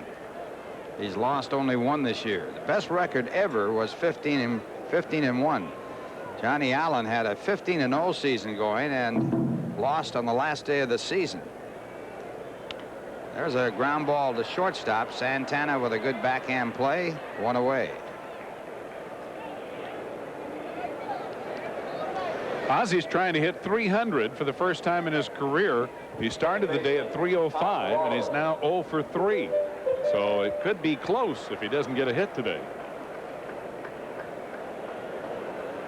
Always think about the time that Ted Williams went into the last day of the season, a doubleheader against the Philadelphia Athletics, and he was hitting something like 3.999, which would be interpolated to 400, and they said, do you want to play today? He says, certainly I want to play. All he did was go 6 for 8 in the doubleheader and hit 406. Wallace gets a pitch right behind him. Wonder how he got out of the way without being hit. Wallace batting for the first time. He's had a tough year. He's had a tough career at the plate, actually. Wallace is 1 for 22 this year. That is 0-45.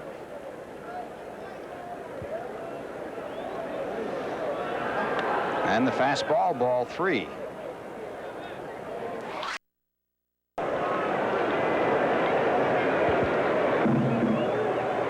Tom's in the big leagues because of his glove and his ability to play 3 of the 4 infield positions. And also catch. I think that keeps him here more than anything. True. He is the number 3 catcher. Got to be a good guy in a ball club to hang around when you have a batting average of 0.45. Ground ball to short. He's now 1 for 24. Actually, now he's the number 4 catcher because they brought Pagnazzi back up here in September. So for Lawless to catch, a lot of bad things have to happen. That'll bring up David Green. Green with a base hit his last time up, 1 for 2 in this game. Mets leading 6-5, both sides with 5 hits. And the Cubs leading Montreal 7-3. They tack on another curveball, strike 1.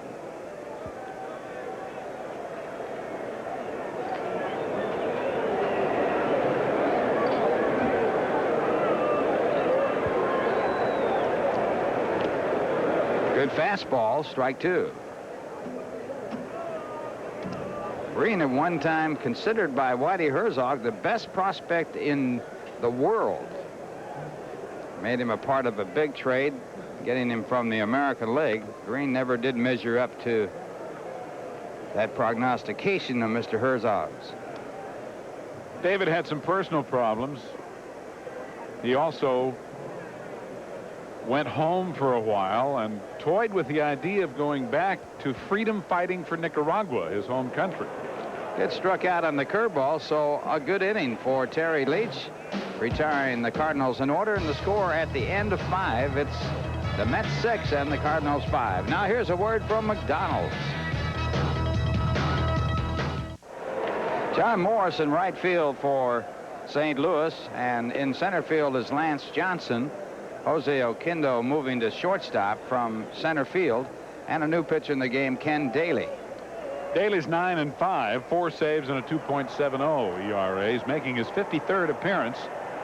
He's worked 51 innings, struck out 63, walked 33, and given up just 2 home runs among his 51 hits allowed. And we'd like to remind you, you're watching Mets Baseball 87 on WWOR-TV, Secaucus, New Jersey. Mets leading 6-5 as they bat here in the 6th inning, and Gary Carter, who had his 20th home run his last at bat, will lead it off here in the 6th. Carter now with 20 home runs, 83 runs batted in, hitting .234 for the year.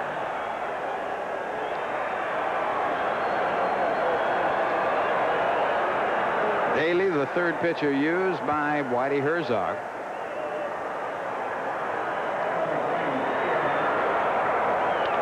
And the first pitch grounded out to the shortstop side, cut off by Pendleton. He bounces the throw to first for the out. Little artificial turf throw by Pendleton.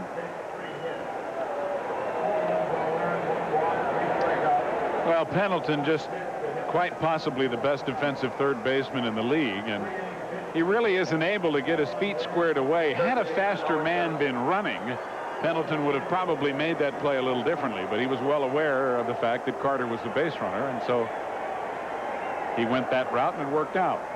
And that brings up Howard Johnson. Howard has struck out twice, looking for RBI number 100. He has not been up with a man on base yet. And the pitch bounced in there. It's ball 1. Concepcion, the first man to use the artificial turf with a bounce throw. He used to do it on purpose from the hole at deep short. I've often wondered why catchers don't bounce the ball to second on the attempted steal, but of course you have to worry about hitting that pitcher when you do that. Not only that, but you got that cutout area near the bag.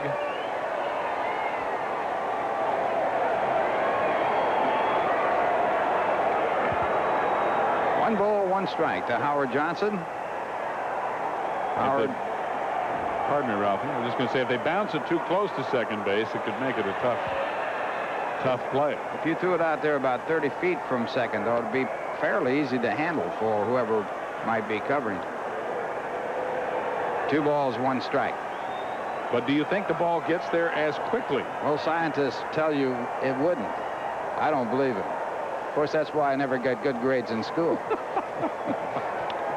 Ground ball hit hard. A great play by Pendleton from the knees. The bounce throw, and he gets him. But the ball is not handled at first base by Pagnozzi. What a play by Pendleton, and that backs up your thought, Steve, about being the best third baseman. Well, I'll tell you, talk about guys like Mike Schmidt, who of course can play with anybody, but when it comes strictly to defense, there's nobody better, I think, in the National League at least, than Terry Pendleton. He's a magician. Now, he knew with Johnson's speed that he couldn't get up and make a complete throw, and so he did try to bounce the ball over there. And Pagnozzi, of course, not an experienced first baseman, unable to come up with a low throw. And now the batter, Rafael Santana, and he takes a strike. That's a base hit, incidentally, for Howard Johnson. Mets leading 6-5. They also lead in hits 6-5.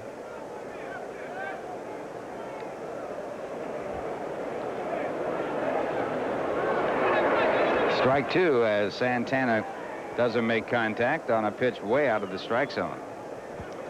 Well, the Cardinals can just keep throwing these left-handers at you, and they all come in there with very similar stuff. They've got those nasty breaking balls, and they've got good velocity on their fastball, which they are not afraid to throw inside to right-handed hitters.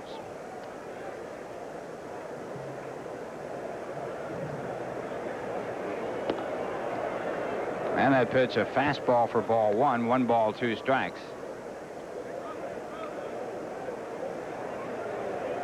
Of course, their #1 pitcher, John Tudor, a left-hander, but he is not a hard-throwing left-hander. He's really a surveyor on the mound. But he will come in with the fastball because he throws that little dead fish out there to right-handers over the outside corner of the plate.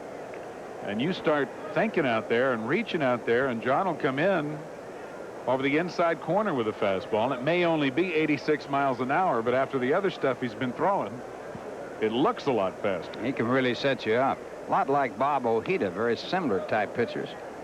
And I would have to say that Tudor's presence here in St. Louis has had a lot of beneficial effect on the rest of these younger left-handed pitchers on the Cardinals staff. I think they've learned a lot about pitching from watching John, and I'm sure they've talked a lot with him about it because he has an outstanding philosophy. You still have to be able to make the pitches. And this ball drilled down the left field line. If it's fair, it's extra bases, it's foul. Tudor has the best winning percentage of any Cardinal pitcher in their history. And when you think about some of the pitchers they've had low these many years, that's pretty impressive.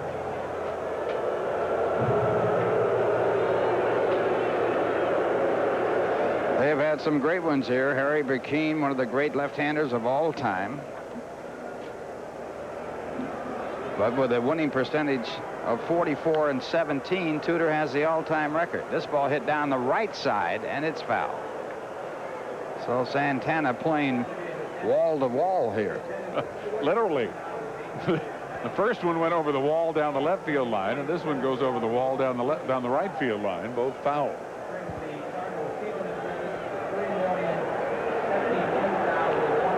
A lot of speculation during the offseason will be swirling around Rafael Santana, with Kevin Elster apparently ready to play in the big leagues.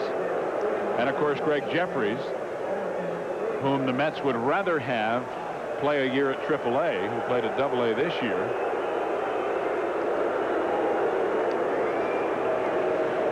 A problem the Mets are happy that they have with all that young talent coming in. This ball bounced to short. Good play by Oquendo. They try for the double play, and they get it.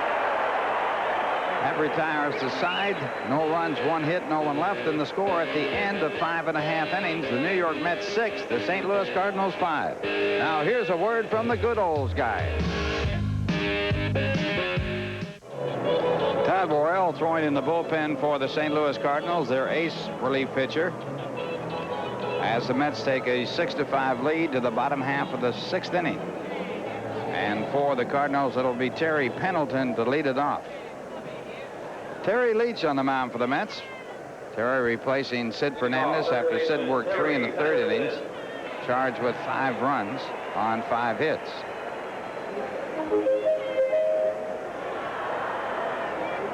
Pendleton with a single up the middle in the 4th inning. He forgot his ankle and shin guard. No, it's his wrist guard. Terry had a broken bone there, and that brace he's been wearing most of this season. A lot of guys wear a similar brace on their front foot, especially after fouling off a ball straight down. First person I remember wearing that brace on their foot was Vic Wertz, first baseman and an outstanding baseball player in the American League. First pitch, ball 1 to Pendleton.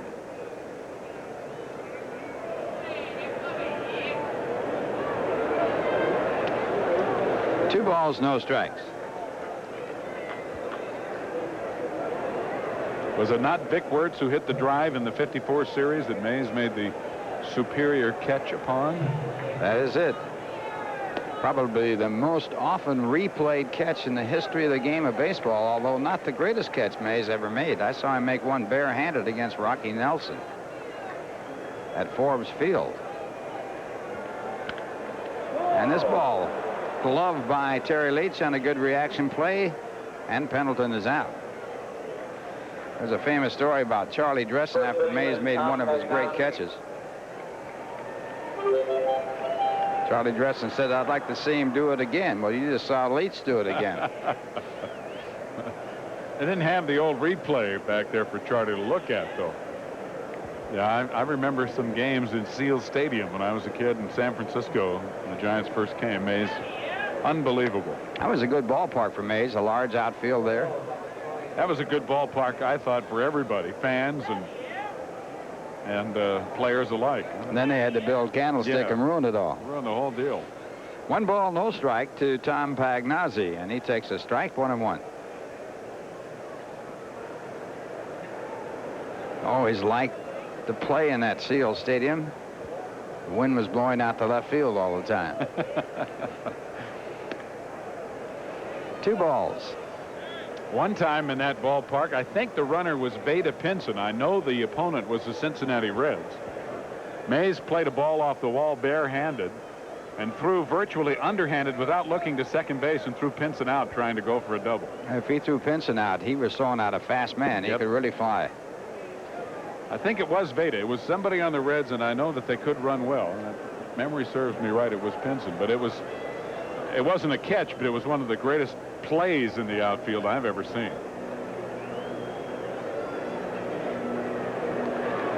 Terry Leach working to Tom Pagnozzi, and the Mets leading by a score of 6-5 in the 6th. And that pitch, a fastball. The count 3-2.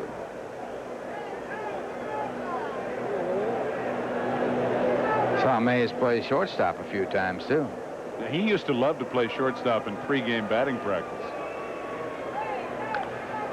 And a foul ball keeps the count at 3 balls and 2 strikes.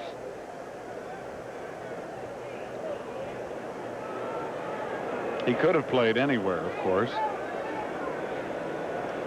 Yeah, I think you could say that. And he could have batted anywhere in the lineup.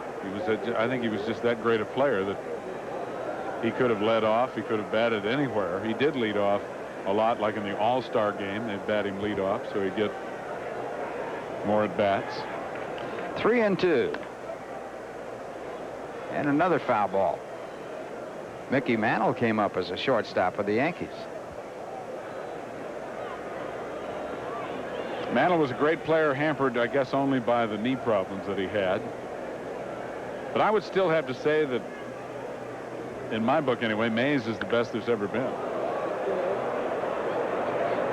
Well, as Dizzy Dean would have said, he's certainly among them.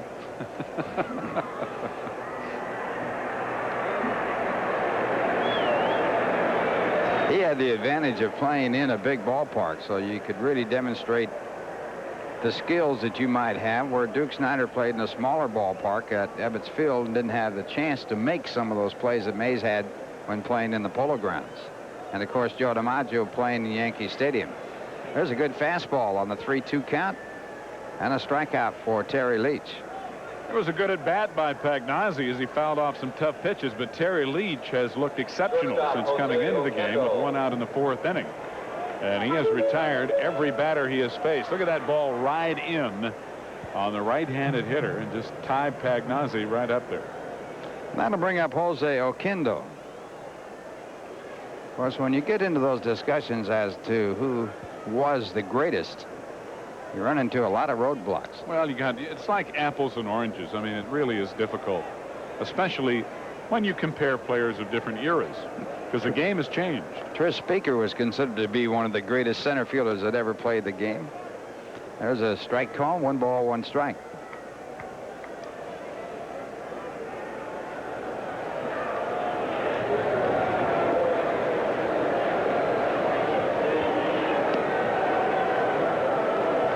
Close but no cigar. 2 balls, 1 strike as Randy Myers throws in the bullpen for the Mets. Mets trying to finish in 2nd place And they would be assured of second place if they can win here today. Possibly a tie for second, but at least second place. They have never finished lower than second under Davy Johnson in his 4-year tender as the manager of the Mets. 3 balls, 2 strikes to Jose Oquendo. Jose with a base hit and 1 official at bat. Also a run batted in with a sacrifice fly. There you see Davy Johnson. And strike 3. So Leach has a 1-2-3 inning, and we're going to the top of the 7th. With the Mets leading by a score of 6-5. Rusty Staub back in with Steve Zabriskie. Now here's a word from Busch Beer.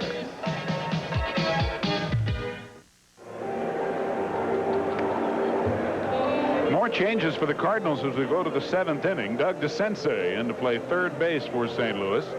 And a new pitcher, Todd Worrell, ace of the bullpen. Speaking of aces, to give you Mr. Worrell's stats, our very own ace, Rusty Staub. Well, thanks, Steve. Todd Worrell on the season is 8-6. He's got a 2.69 earned run average. This is his 75th game, and he has 33 saves in 1987. Certainly one of the worst starts I've seen an outstanding reliever have. The first month and a half, he could hardly get the ball over the plate, but as is often stated, the cream came to the top. And in spite of Worrell's inability early in the season, the Cardinals got off to a great start, hence their division championship this year. Ricky Horton was the world beater. Yep. Just when they needed it. That's right. They had a guy to come and pick Worrell up, and he did it. A pinch hitter for Terry Leach in the person of Len Dykstra for New York here in the 7th. The Mets are leading 6-5 as New York led 2-0, 2-1, 5-1, and then the Cardinals tied it with 4 in the bottom of the 4th, and Keith Hernandez hit a home run in the 5th inning to give New York the lead once again, 6-5. Dykstra hitting .286 on the year, 10 home runs, 43 RBIs. Whitey Herzog emptying the pen today in an effort to get everyone that he needs in there at least an inning or 2 work. And Dykstra with a big cut at a high fastball for strike 1. Lenny Dykstra certainly, watch this swing. He wants to hit a double right here. He has tied the record for doubles in the New York Mets. One more double, I believe, gives him 38 and would be the leader for the Mets. Fouled off, and it's 0-2. Attention, media. Pick up a credential down the ball from 10 o'clock in the Lenny picked up his 37th double of the year yesterday. pick up your credential at that time. He is tied for 4th in the National League. Deion James of Atlanta and Willie McGee of St. Louis also have 37, and the leader Tim Wallach of Montreal with 41 going into today.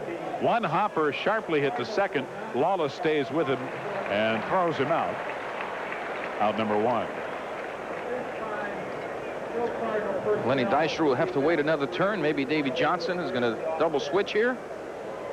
We'll see.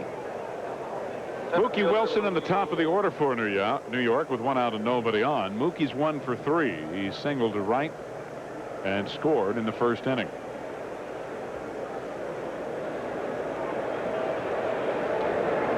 Both the Cardinals and the Mets over 3 million in attendance this year.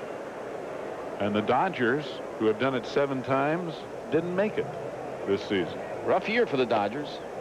Strike 1. They finished fairly strong for the type of season they had. But certainly the fans were a little disappointed. Back-to-back years where they weren't in competition. That's the first time that's happened in a long time. That's correct. Chopped off the plate out in front. Pena like a cat out there to get it and throw out the speedy Wilson for out number 2. El Gato Grande right there. I'll tell you what, he gets hold of this, and when he finally decides to let it go, he throws a seed down to first base. Second baseman Tim. Boom! Even Mookie Wilson can outrun the thrown baseball, especially thrown by Tony Pena. He's had a rough year behind the plate as far as throwing people out at second base, but that is evidence that his arm is not bad. Tim Teufel now with 2 out and nobody on. Teufel 0 for 2 plus a walk. Then he fouls off a fastball.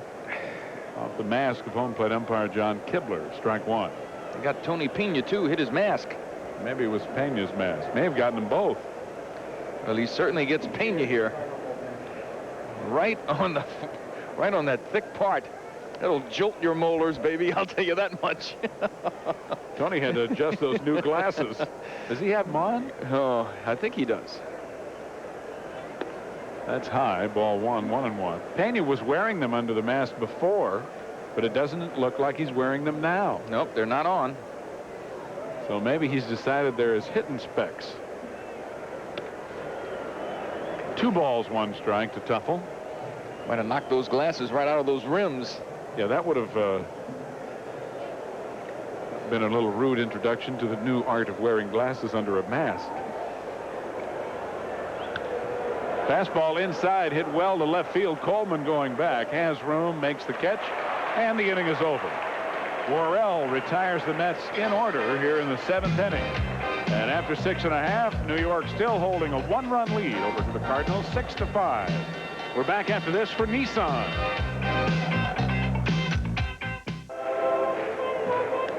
Len Dykstra remains in the game. In center field, he will continue to bat 9th in the ball game. And Randy Myers, Randall Kay, is on the pitch for the New York Mets. In relief, Randy will bat in Mookie Wilson's spot in the batting order, which is numero uno. Myers on the season is 2-6 with a 3.95 earned run average. He does have 6 saves on the year. And I'll tell you, the turning point in the year that I recall for Randy Myers took place in Chicago. Davey Johnson went to him in a game, and in about 4 innings, 3+ innings anyway, he struck out 6. Threw his breaking ball over, was actually overpowering against the Cubs. And from that point on, he just really found himself.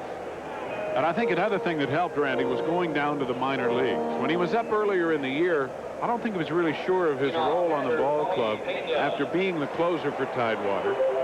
And he got a better handle on his role and what was expected of him. And he came back from Tidewater the second time, a little bit different pitcher. And I think because of the Mets bullpen woes, they had more of an opportunity to use him, and he certainly has responded.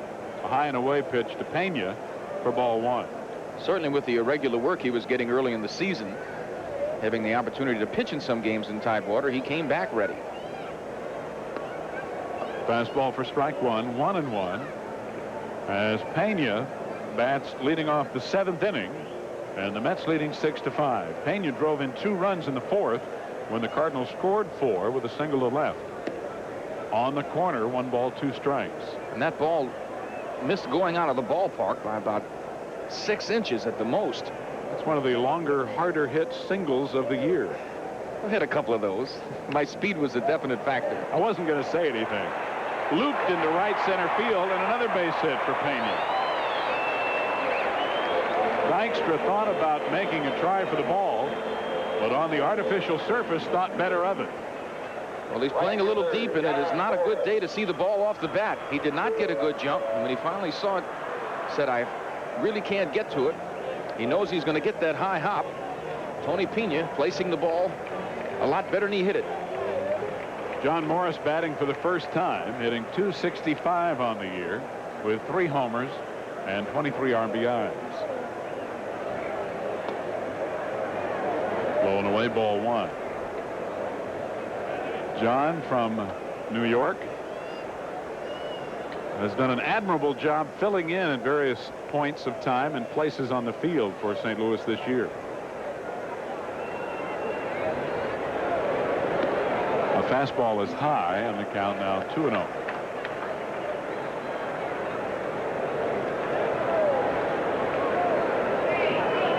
The outfield has Morris shifted toward left field. Lenny Dykstra playing a little bit left field side of center. Big gap in right center. 2 balls, 1 strike. On intently watching third base coach Nick Leyva, with Pena at first base and nobody out here in the bottom of the 7th. Pena representing the tying run. Myers with a throw to first to keep him close. Tony's stolen 6 bases this year and runs with fair speed as you look at a guy who is personified speed. Vince Coleman on deck. Just inside to Morris, and the count 3-1. Whitey Herzog elected to let Morris hit in this situation. Left-handed hitter against Randy Myers. Coleman coming up next. A lot of times people feel that one run down, get that guy over, get him in scoring position. You're the last at bat. Strike two.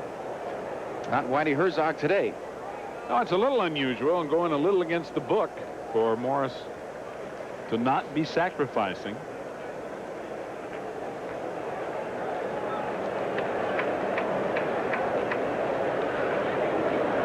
Gotta be a little careful moving to first base today. To the watchful eye of Bruce Fleming. Bruce may have called more balks this year than anybody else in the National League. If he has any ranks. That is a stat that is not kept, at least available to those of us in the booth. Strike three call. Good fastball gets Morris looking for the first out of the 7th inning. First strikeout for Randy Myers. Well, he just throws a perfect pitch right on that outside corner. Morris didn't think it was a strike, but somebody's going to get it, either the hitter or the pitcher, and that time Randy Myers got it. So the decision by Whitey Herzog to not have Morris bunting leaves Pena at first with 1 out for Vince Coleman, who is 1 for 3 on the day. Vince with an infield base hit and an RBI in the 3rd and stole his 109th base of the season. Foul back. Strike one. Coleman has become the first player in Major League history to steal over 100 bases 3 straight years. Ricky Henderson has done it 3 different seasons, but Coleman is the first to do it 3 years in a row. And he also leads the National League in runs scored this year with 121. Strike called, 0-2. And after hitting in the low 200s last season, Vince with a 290 batting average this year, what a difference that has made, because his ability to get on base was the only thing last year that kept him from stealing more bases than he did. He's walked more this season. He's gotten more base hits. He's just been a much more intelligent hitter. And he drives this one to right field, a 2-strike pitch that Strawberry will haul in the corner for out number 2 as Pena trots back to first.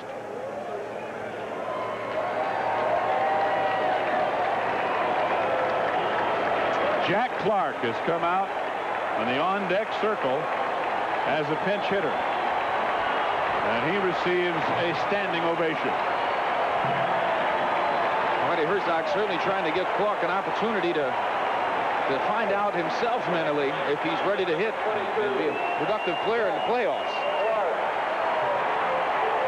Clark hitting .287, 5 home runs and 106 RBIs. And he's had all of that for a month, because he certainly hasn't had an opportunity to be at the plate, I would say maybe 5 or 6 times in this whole month of September and October. Well, I talked to Jack briefly before the ball game, and he said he felt pretty good. He's still limping mildly, and trainer Gene Gieselman was taping up that ankle as heavily as possible prior to the game. And then I watched Clark take batting practice today, and he hit some shots. He hit the ball solidly. Down low, ball 1. He popped up weakly to first base yesterday in the game. And the last time I saw him bat in Chicago, he pinch hit, took a massive swing. His front ankle just buckled right over. He fell down, and they had to take him out. He couldn't even finish his time at bat. Good fastball, swung on and missed for strike 1, 1-1. Powerful swing, but he's hitting delicately on that front foot. Yeah, he's really placing it. He can't really shift his weight as he would ordinarily do. Myers blows another one by him. I would love to know what the gun would have to say on those 2 fastballs from Randy Myers. I mean, he unleashed a couple here. You see Clark coming through. He's underneath the ball. That's normally what happens with a fastball pitcher. It's rare that they swing over it. It's always under it. And more often than not, when you're under it, you're behind it. When you're over it, you're a little out in front. Myers did not know the time had been called and almost catapulted off of the mound. It was tunnel vision, boy. He was just honed in. Just outside with a fastball, and the count 2-2.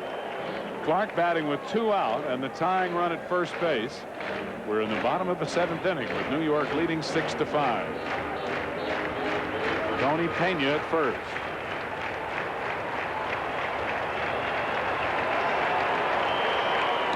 Way high. 3-2 now, and Pena will be running with the pitch.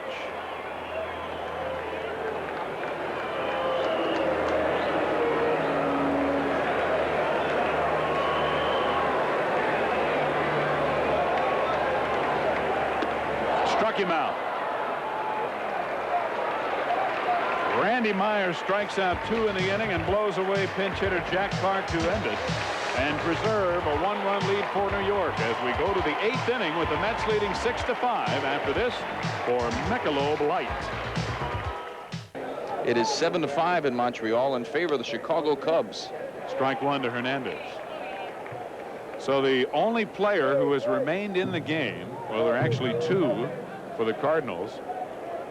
Actually, there are 3 who have remained in the game, but only one of them has remained at his original position, and that's Vince Coleman, the left fielder. Pagnozzi started at first base, and he's now catching. And Oquendo started in center field, went to shortstop, and is now back in center field. Morris is in right. DeSensei at third, Booker at short, Lawless at second, and Laga now at first. And we don't have any clue where they're hitting. We'll find out as they come around. Let them come up. Who cares? This is spring training personified. In Detroit, the Tigers are ahead 1-0. I think that game's in the 4th, is it not? That's what I thought I saw up there. Yeah, 4th inning. Says the bottom of the 4th inning, 1-0 Tigers. And of course, if Detroit wins, they win the division. Keith misses the breaking ball. 1 ball, 2 strikes. Hernandez has homered in 3 trips. And it is his home run that broke the 5-5 tie as the game-winning RBI. Hernandez 1 for 3 today, came into this game hitting .290. As we've said a few times today, trust me, he's aware of that. And he misses the breaking ball for strike 3. Peters picks up his first strikeout. 1 out here in the 8th inning. You see a very good breaking ball. That's 2 good ones. You see Hernandez. That's a tough pitch. St. Louis crowd getting a big charge out of that strikeout. Darryl Strawberry stands in with perhaps his last opportunity to hit his 40th home run this year. A breaking ball in the dirt for ball 1. Darryl has 1 official at bat today, although he has scored 2 runs, stolen 2 bases on 2 walks. Just a little bit low with a fastball. 2-0. Darryl now the Mets record holder for a single season for runs scored in addition to home runs, and an opportunity, but a now very slim opportunity to set the RBI record. He would have to get another at bat first of all. Breaking ball for a strike, and it's 2-2. Since even if he hits his 40th homer here, there is no one on base, and he would still fall short of Rusty's record. What a mind you have, Steve. The deduction of a brain surgeon. I did it without a calculator too. 3-2 now to Darryl. Rusty Staub and Gary Carter share the club record with 105 RBIs in a single season, and Darryl has 103. Ball 4. So Strawberry hasn't been given much of a chance to hit his 40th or get a couple of RBIs, as he has walked 3 times in 4 plate appearances. And with 1 out, he'll be at first base for Kevin McReynolds, who has had a big day. Mac 2 for 3 today with 3 RBIs. He tripled to drive in 2 in the first, singled to drive in run in the 4th inning, and then scored in the 4th himself. He struck out in the 5th inning. And he takes a strike. Those 3 RBIs bring him to 95.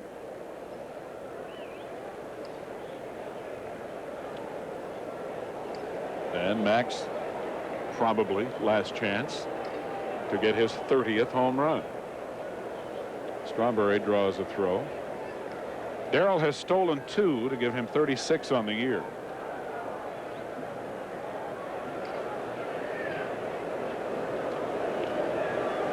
And he's off and running. And the pitch, a ball, and the throw in time.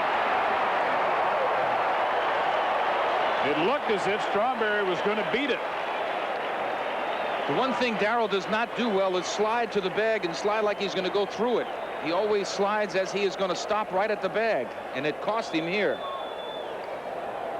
When he came around and scored on that 1 ball earlier today, he actually stopped sliding, came up, and then tagged the bag. Some of those little fundamentals are some of the things that Davey Johnson is going to have to stress next year in spring training. A strike at the knees to McReynolds. 1 ball, 2 strikes. Getting better leads, intelligently knowing how to slide and when. Darrell did beat the ball there, but he didn't touch the bag. He had his leg bent and his leg up in the air. Outside, 2-2 to McReynolds, now with 2 out and nobody on.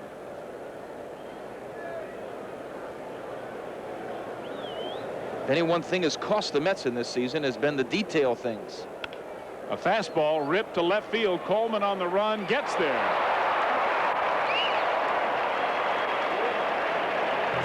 Good play by Vince Coleman as his speed outran the sinking line drive by Kevin McReynolds to end the inning. And we will go to the bottom of the 8th with New York leading by 1.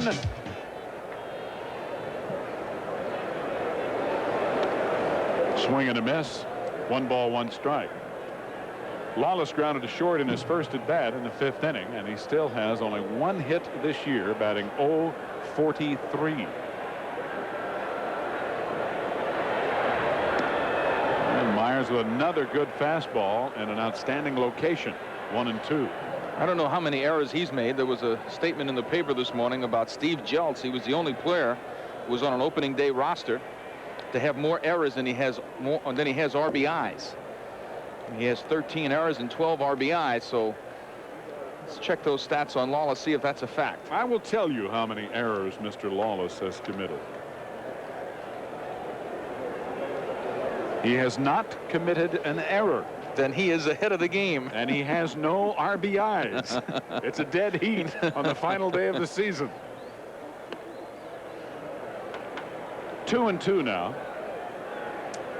Rod Booker will be the next hitter, and then Terry Pendleton scheduled up 3rd here in the 8th. Roger Clemens, the Boston Red Sox won 4-0 today. That was the 20th win, and probably the Cy Young Award for Roger Clemens. For a guy who missed the first part of the season. There it is. Chicago has defeated Montreal 7-5. So the Mets, by winning here today, will have sole possession of 2nd place. They have yet to win here, however, today, but they do lead 6-5 here in the bottom of the 8th inning, and a full count, 3-2 to Tom Lawless.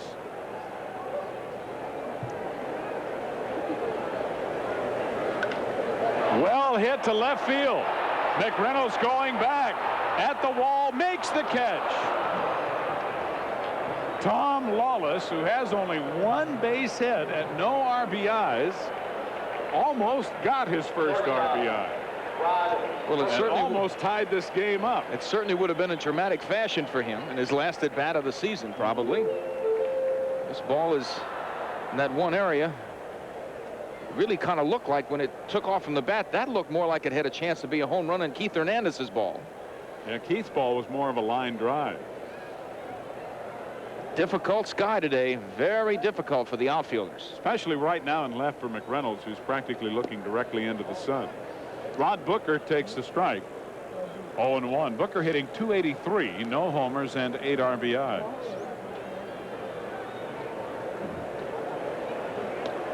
One and one. In Louisville, Booker hit .327.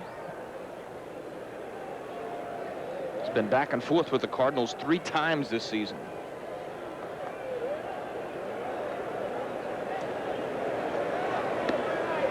A fastball for strike 2. I said that Pendleton would be the 3rd hitter in the inning. Pendleton was replaced defensively by Doug DeCense So DeSensei is on deck. Check swing foul. Still 0-2 to Rod Booker. And Randy Myers just continues to throw that heat. Randy has allowed a base hit. Davey Johnson before the game talking about the one need he feels the Mets have is to improve that bullpen. Certainly it was an erratic year for the bullpen. If there's any one area that he sees the Mets need to improve in, that's it. Well, you have to feel that Roger McDowell will bounce back because there's strike 3 call. Roger, of course, with the hernia operation near the end of spring training and missed the first part of the season. It took him a while to get back into form. Just see Randy Myers at his best right there. Fastball right on that outside corner. No contest. It's getting tough around home plate. That shadow, you see it going across.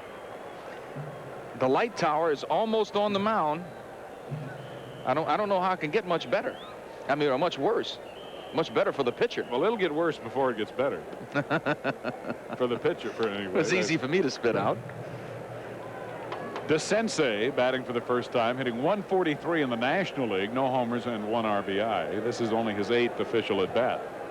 And he drives one into the gap in right center field.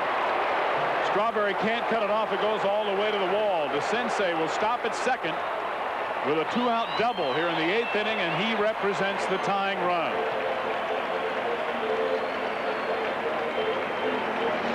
Doug DeSensei staying on top of that fastball away, drives it into that gap in right center.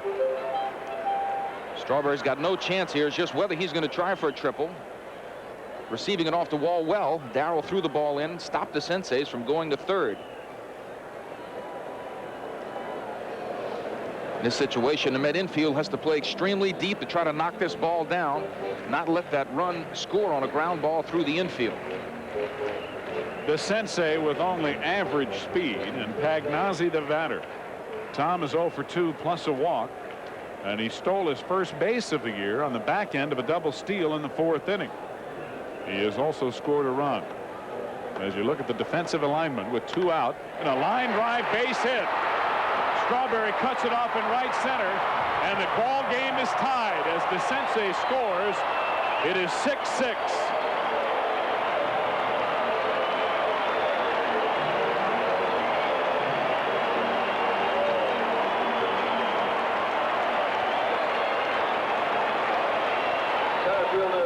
Pagnazzi goes the other way, almost identical to the same slot that was just hit by DeSensei. Fastball out over the plate, going the other way, ties the game up. Jose Oquendo, the batter, takes strike 1. Oquendo 1 for 2 with a run scored and an RBI on a sacrifice fly. And the Cardinals come right back again, high and tight, 1-1.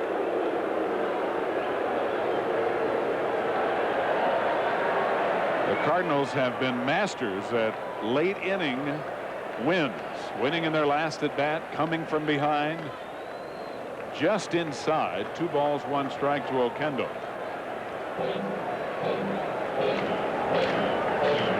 Doug DeSensei, who has no hope of playing in the postseason for the Cardinals, and was really brought in here in case this series against the Mets were to be the one deciding the National League Eastern Division Championship, has produced some big hits in a short period of time already, and what really basically are meaningless ball games, but not when you're 37 years old and your career with the ball club you've been with a long time appears to be over. Fouled off by Oquendo, and the count's still 2-2. After playing so many years out with the California Angels, DeSensei's left. There was a lot of bad words back and forth. Well, they didn't handle it very well, and one would like to hope that they would have handled it with a little more class for a guy who had been there for so long and contributed so much. To release him before even the season is over when their club is not going to go anywhere doesn't make a whole lot of sense. Well, Gene Autry was certainly vocal about his displeasure with DeSensei's. Well, that pitch looked very good, but it's called a ball. Oquendo walks to put runners at first and second with 2 out. First walk issued by Myers. Of course, that pitch is not a strike anymore. The strike zone has become a lot smaller as far as its height is concerned over the last couple of years, and anything very much above the belt is usually a ball. Mike Laga will bat for the first time in Tony Peña's spot in the batting order. Laga hitting 143 with 1 home run and 4 RBIs. And he misses a fastball for strike 1. You're watching Mets baseball 87 on WWOR-TV, Secaucus, New Jersey. A 6-6 tie with 2 out and 2 on for the Cardinals in the bottom of the 8th inning. A little bit low. 1-1 to Mike Laga.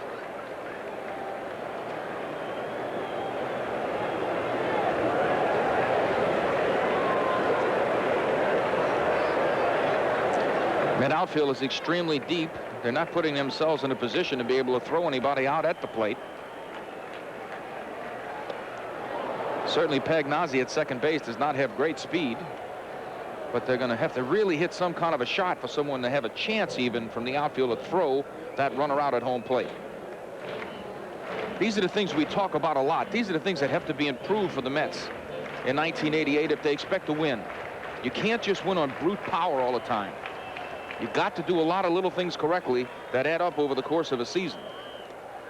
Breaking ball drops down low, so it's a full count. If any one area has to be worked on, it's the coordination of that outfield. I've never seen a club have as many guys running into each other, misplays on balls that are close to each other, and it's a lack of discipline in working on those things that causes that. Well hit to right field, but Strawberry is there, and the inning is over. So Randy Myers, after looking extremely sharp early, gets tagged for a run on 2 hits here in the 8th inning, and the Cardinals tie it up. 5-7 record, a 4.30 earned run average. It's his 18th game. Doesn't sound right. It's his 59th game. He's got 8 saves on the season. Got roughed up a little bit in yesterday's game. Leading off catcher Gary Carter. And Jesse Orozco is throwing in the New York bullpen. A 6-6 tie as we go to the 9th. Gary Carter leads it off and takes outside ball 1. Carter with his 20th home run back in the 4th inning, 1 for 3. It was a 2-run home run as the Mets scored 3. The Mets have led on 3 different occasions in this ball game, but we are tied at 6 here in the 9th. Everyone with the Met organization and on this trip want to wish Arthur Richmond, who is still in the hospital at Roosevelt in New York City, recuperating, as you see a called strike on Gary Carter. Arthur was hoping to get out of the hospital today. Probably won't get out until about Tuesday. Certainly want to wish Arthur well.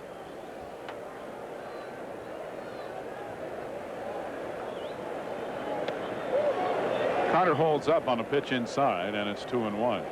I'll tell you another guy that we want to wish well, and this takes nothing away from you, Artie, and I know you're watching today.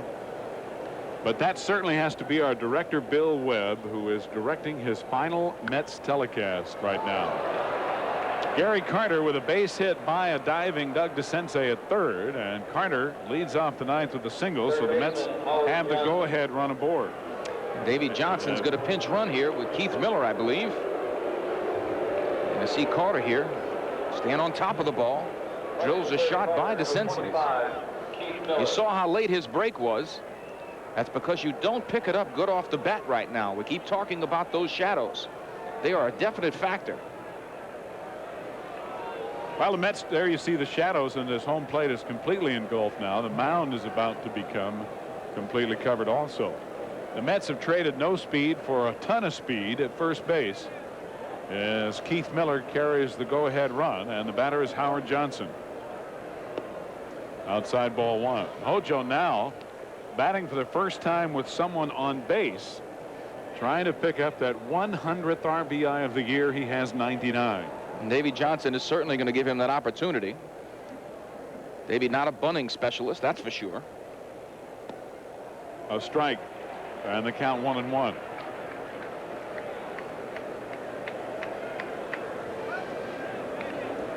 Although I will say Davey used the bunt more in 1987 than he ever has before. Well, he's probably needed to. You got that right, pal. More so than before. Working hard. High and away to Hojo, 2-1. Now I wonder if Keith Miller will be given a shot at stealing second in an effort to get into scoring position for Howard Johnson and the Mets as well, as he represents the go-ahead run, and the count is in Johnson's favor. This is certainly an opportune time. Miller not running, and Johnson bounds one over the head, of fair ball over Laga's head and down the right field side. And the throw gets away from Laga, but Miller being held at third. So Johnson gets a double, but still no RBI. Keith Miller on that ball, stopped at second base, did not know exactly what was happening. The ball was behind him. That means you have to pick up that third base coach. Shortstop. This ball bounded over first base. Laga had no chance. The throw in is misplayed. Of course, you never know that as the ball is coming in. Howard Johnson, though, has certainly put the Mets in great opportunity here to go ahead. And of course, with the ball bouncing away on the attempted cutoff by Laga, had Miller scored after that, Johnson still would not have been credited with an RBI anyway. So Hojo in a position to help the Mets win this ball game, might be hoping for extra innings. I think everybody on that field wants this game to end in regulation, including Howard Johnson. If it would go extra innings, he would certainly take his rips. He would be a big part of a Met victory right now, and I'm sure he feels more positive about that than playing another 3 innings and having an opportunity to bat again. No doubt about it. Santana with a ground ball to third. They hold Miller as DeSensei throws to first. And there's one out here in the 8th, or rather the 9th. Rafael Santana has had a lot of big RBIs for the Mets. The roster as Davey Johnson has it here. Certainly has Elster left and Alman. And Whitey Herzog is coming to the mound. Len Dykstra is the next hitter for New York. This is his 67th game, and he does have 7 saves on the season. And he inherits a situation with runners at second and third and 1 out, and the batter Len Dykstra, who's 0 for 1. Lenny grounded to second his first time up in the 7th inning. Outside, ball 1. Besides having the opportunity to drive in the winning runs here, Lenny Dykstra also has another opportunity to break that record for doubles for the New York Mets. Jesse Orozco getting ready to pitch the bottom of the 9th. Ball 2 to Dykstra. Lee Mazzilli is out on deck as a pinch hitter for Randy Myers, who's scheduled up next. There's Maz. And they are going to walk Lenny Dykstra. Well, they went to a 2-0 count. And of course, Horton, the left-hander, brought in to pitch to Dykstra as a left-handed hitter. But with the count 2-0, the final 2 balls will be intentional. And the bases will be loaded with 1 out for Lee Mazzilli.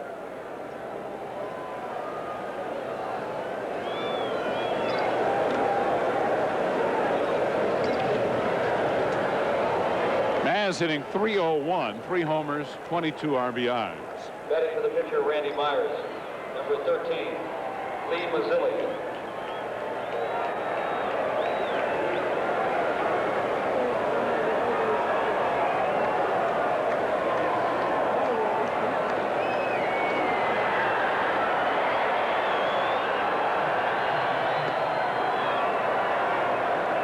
Horton has yet to deck, and Keith Hernandez behind him.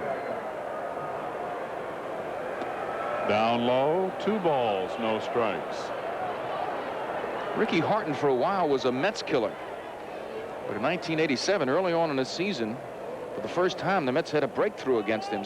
Started really touching him up, scoring some runs. Maz fouls it back out of play, and the count 2-1.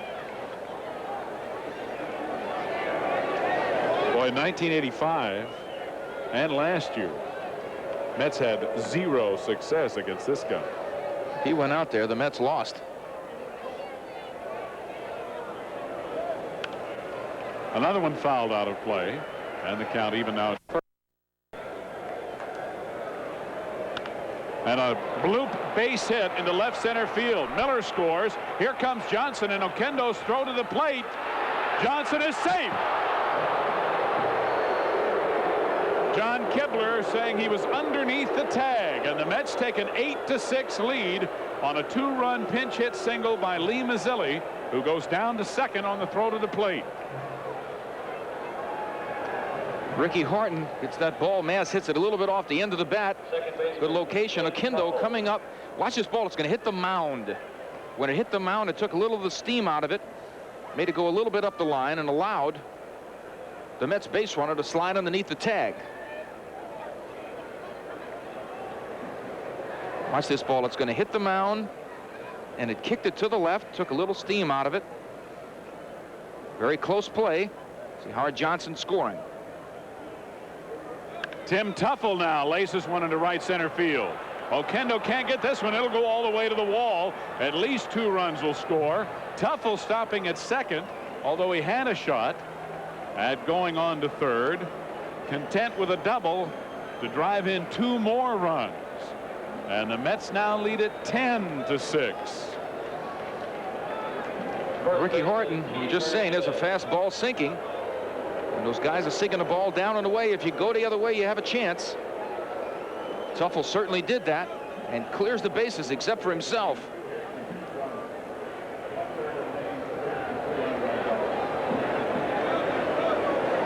The first 2 runs are charged to Bill Dawley, who gave up base hits to both Carter and Johnson. And the second 2 runs charged to Ricky Horton. So Bill Dawley now the loser in the ball game at this point in time. And here's Keith Hernandez, 1 for 4 with his 18th home run of the year. And he tees off one high to short center field. Oquendo right there, and Tuffle no chance to advance to third now with 2 out. Right fielder Darryl Strawberry. So Keith will not hit 300 this year for the first time since becoming a New York Met.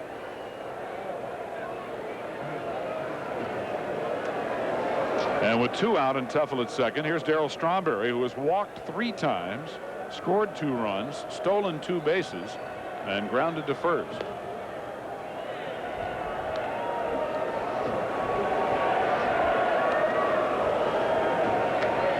The captain has not had the kind of finish he wanted for himself, nor for the ball club.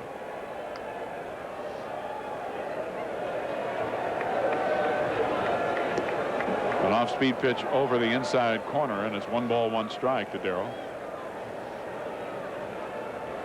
Strawberry scoring 2 runs to set a new single-season mark for the New York Mets. Fouls this one out of play, 1-2. I'm trying to keep you abreast on all the things that could happen as far as Met records. Obviously, right now, with a home run, Darryl Strawberry would get his 40th. And also drive in 105 runs to tie the Met record.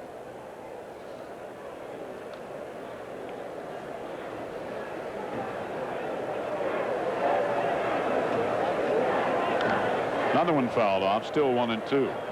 Well, even if Darryl doesn't get that RBI record, it's still been a phenomenal year. 39 homers, 103 RBIs, 108 runs scored. Well, the Mets in general have had some really good stats. 4 guys, it's the first time 4 guys have hit over 20 home runs in the history of the Mets.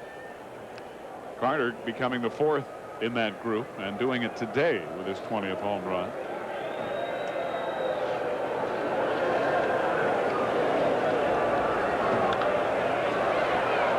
Slicing down the left field line, Coleman a long way to come, can't get there, and it's a fair ball. Tuffle scores. Strawberry has a ground rule double as it bounces into the stands, and for Strawberry, RBI number 104.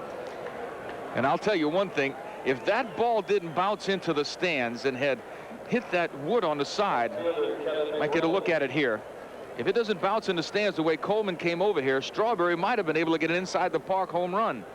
If that had just slipped down the line a little bit hit that fence and ricocheted toward the left field fair territory, Darrell might have had a chance at an inside the park home run. And that would have given him 105. Yes, it would have. RBI. That's a shame.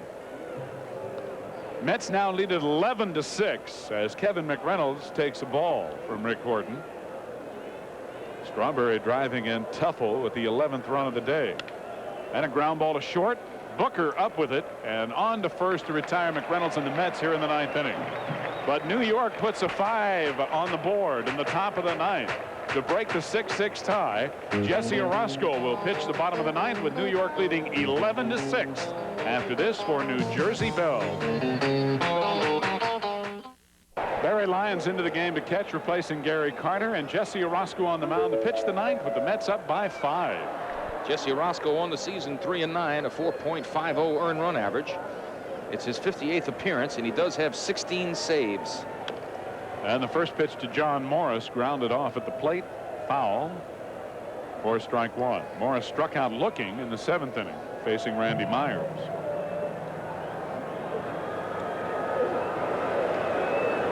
Mets with 11 runs on 11 hits, no errors. The Cardinals 6 runs, 8 hits, and no errors. And the 5 runs in the top of the 9th, the difference in the game for New York. Outside 1-1. The Mets sending 9 to the plate in the 9th. I told you Roger Clemens won his 20th today.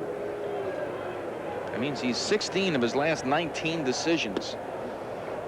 That's coming on strong at the end. Yes. And playing for a club that's not having a good year. And I think that kind of finish will win him the Cy Young Award for the 2nd year in a row. I would vote for him. Grounded to short, but Johnson cuts it off and throws out the speedy John Morris for out number 1 here in the 9th inning. Well, we certainly want to wish our compadre, fearless leader, pathfinder, and of course Marquis of Mountain Lakes, Bill Webb, the very best as he directs his final game for the Mets. And I don't know what it's going to be like without him, but I'm not sure I want to find out. Of course, we all sprang for a few extra bucks today in honor of Bill's last game and got the Goodyear blimp to come in and fly over the stadium, sort of wishing Billy a fond farewell. Vince Coleman fouls it back for strike 1. Coleman 1 for 4. We certainly have had a good time with Billy. I certainly have learned a lot from him. Some good, some bad. And you see the Goodyear blimp. That was tough to get that down here. That's right. They flew it right through the arch, too.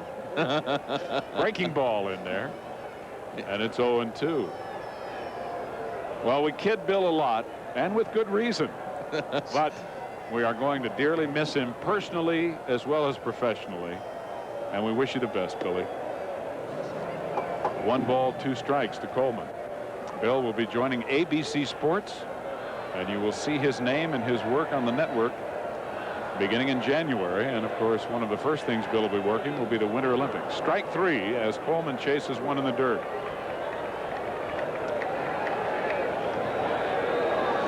Of course, I'm sure that even at the beginning of next year, as we look at this breaking ball again, even at the beginning of next year, there will be some residual Bill Webb banners in Shea Stadium. But once they finally disappear, those we will not miss. No, we won't miss those. They'll have to find out who the new director producer is, and his name will go up on the cards. It certainly will save Bill Well a lot of money, though. It's Webby spending $1,000 weekly just to make sure that his name is up in the ballpark. It certainly will please his wife a lot to know that he's not going to spend that money like he was. I wonder what he's going to do with all that money. Here's Steve Lake batting for the first time with 2 out and nobody on in the 9th. Lake hitting .247, 2 homers and 19 RBI. Jesse Orozco trying to close it out for New York. Breaking ball stays high. 1 ball, 1 strike. Jesse Orozco certainly had a much more exciting finish to the season last year, finishing it up for the Mets. Threw that glove about as high as I've ever seen it thrown. I think that's the major league record for the glove toss, actually. Lifted into short center, and it's going to drop for a base hit for Lake. So the Cardinal faithful that remain here cheering as their meager hopes remain alive with Lake at first. Of course, Fred Bird, the Redbird there, has them whipped into a varied frenzy around the park with his absolute humorous antics. And Lawless will get a chance to get his second hit of the season. Well, he almost got it his last time up when he drove Kevin McReynolds to the wall in left field. And he sends this fastball into right center field. And it is going to go all the way to the wall and one hop for a ground rule double. And Lake will be held at third. Lake would have scored easily had the ball not gone into the stands. But on the artificial surface, it bounded up into the seats on one hop. So it is Lawless's second hit, but still no RBI. This is an amazing thing. It doesn't look like either the center fielder or the right fielder, Strawberry or Dijkstra, went after this ball aggressively. It looked like the ball, you know, they either didn't see it or they thought Lenny thought Darrell was going to get it. Darrell thought Lenny was going to get it, but nobody went at that ball. That was a weird play. Rod Booker hitting for the second time, struck out looking his first time up in the 8th inning, and he takes the ball outside. Booker hitting .277, and now Roger McDowell begins to loosen up. Should Jesse not be able to close the door here? Whoa, baby, where did that go? Well, it bounded so firmly off the backstop that Lake was unable to score. That ball came back to Barry Lyons in one quick hurry. It just squirted out of Orozco's hand. This is weird. This ball is way up and behind him, but it hits the back, bounces back quickly. Look at, did you see Booker? He turned around like, what in the world? Am I supposed to hit that pitch? What is this? Lake had to scamper back to third because Lyons had the ball in a hurry. Unbelievable. Yet another. I've never seen that before. Low and away, and it's 3-0 to Booker. That actually can happen. Run back to the dugout or swing. That's a Twilight Zone look right there. Ball 4. Rod Booker, a left-handed hitter with no home runs, and Jesse Orozco pitching to him like he's Jack Clark. Davey just shaking his head in disbelief. So the bases are loaded with 2 out. The Mets with a 5-run lead, so the tying run can't come to the plate. And here's Doug DeCense, who doubled and scored in his first at bat in the 8th inning. Well, Jesse Orozco better make this out right now. I don't think he's going to get an opportunity.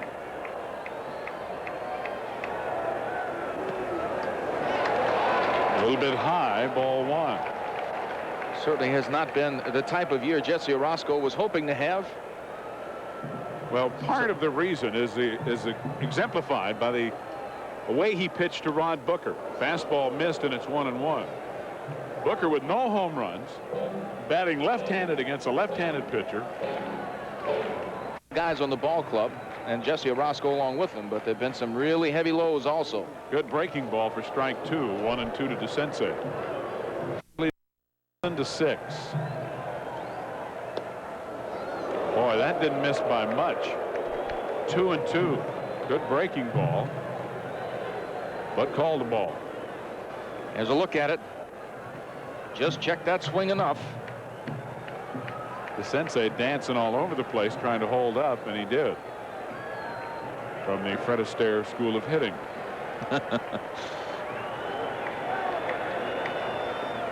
Strike 3 call.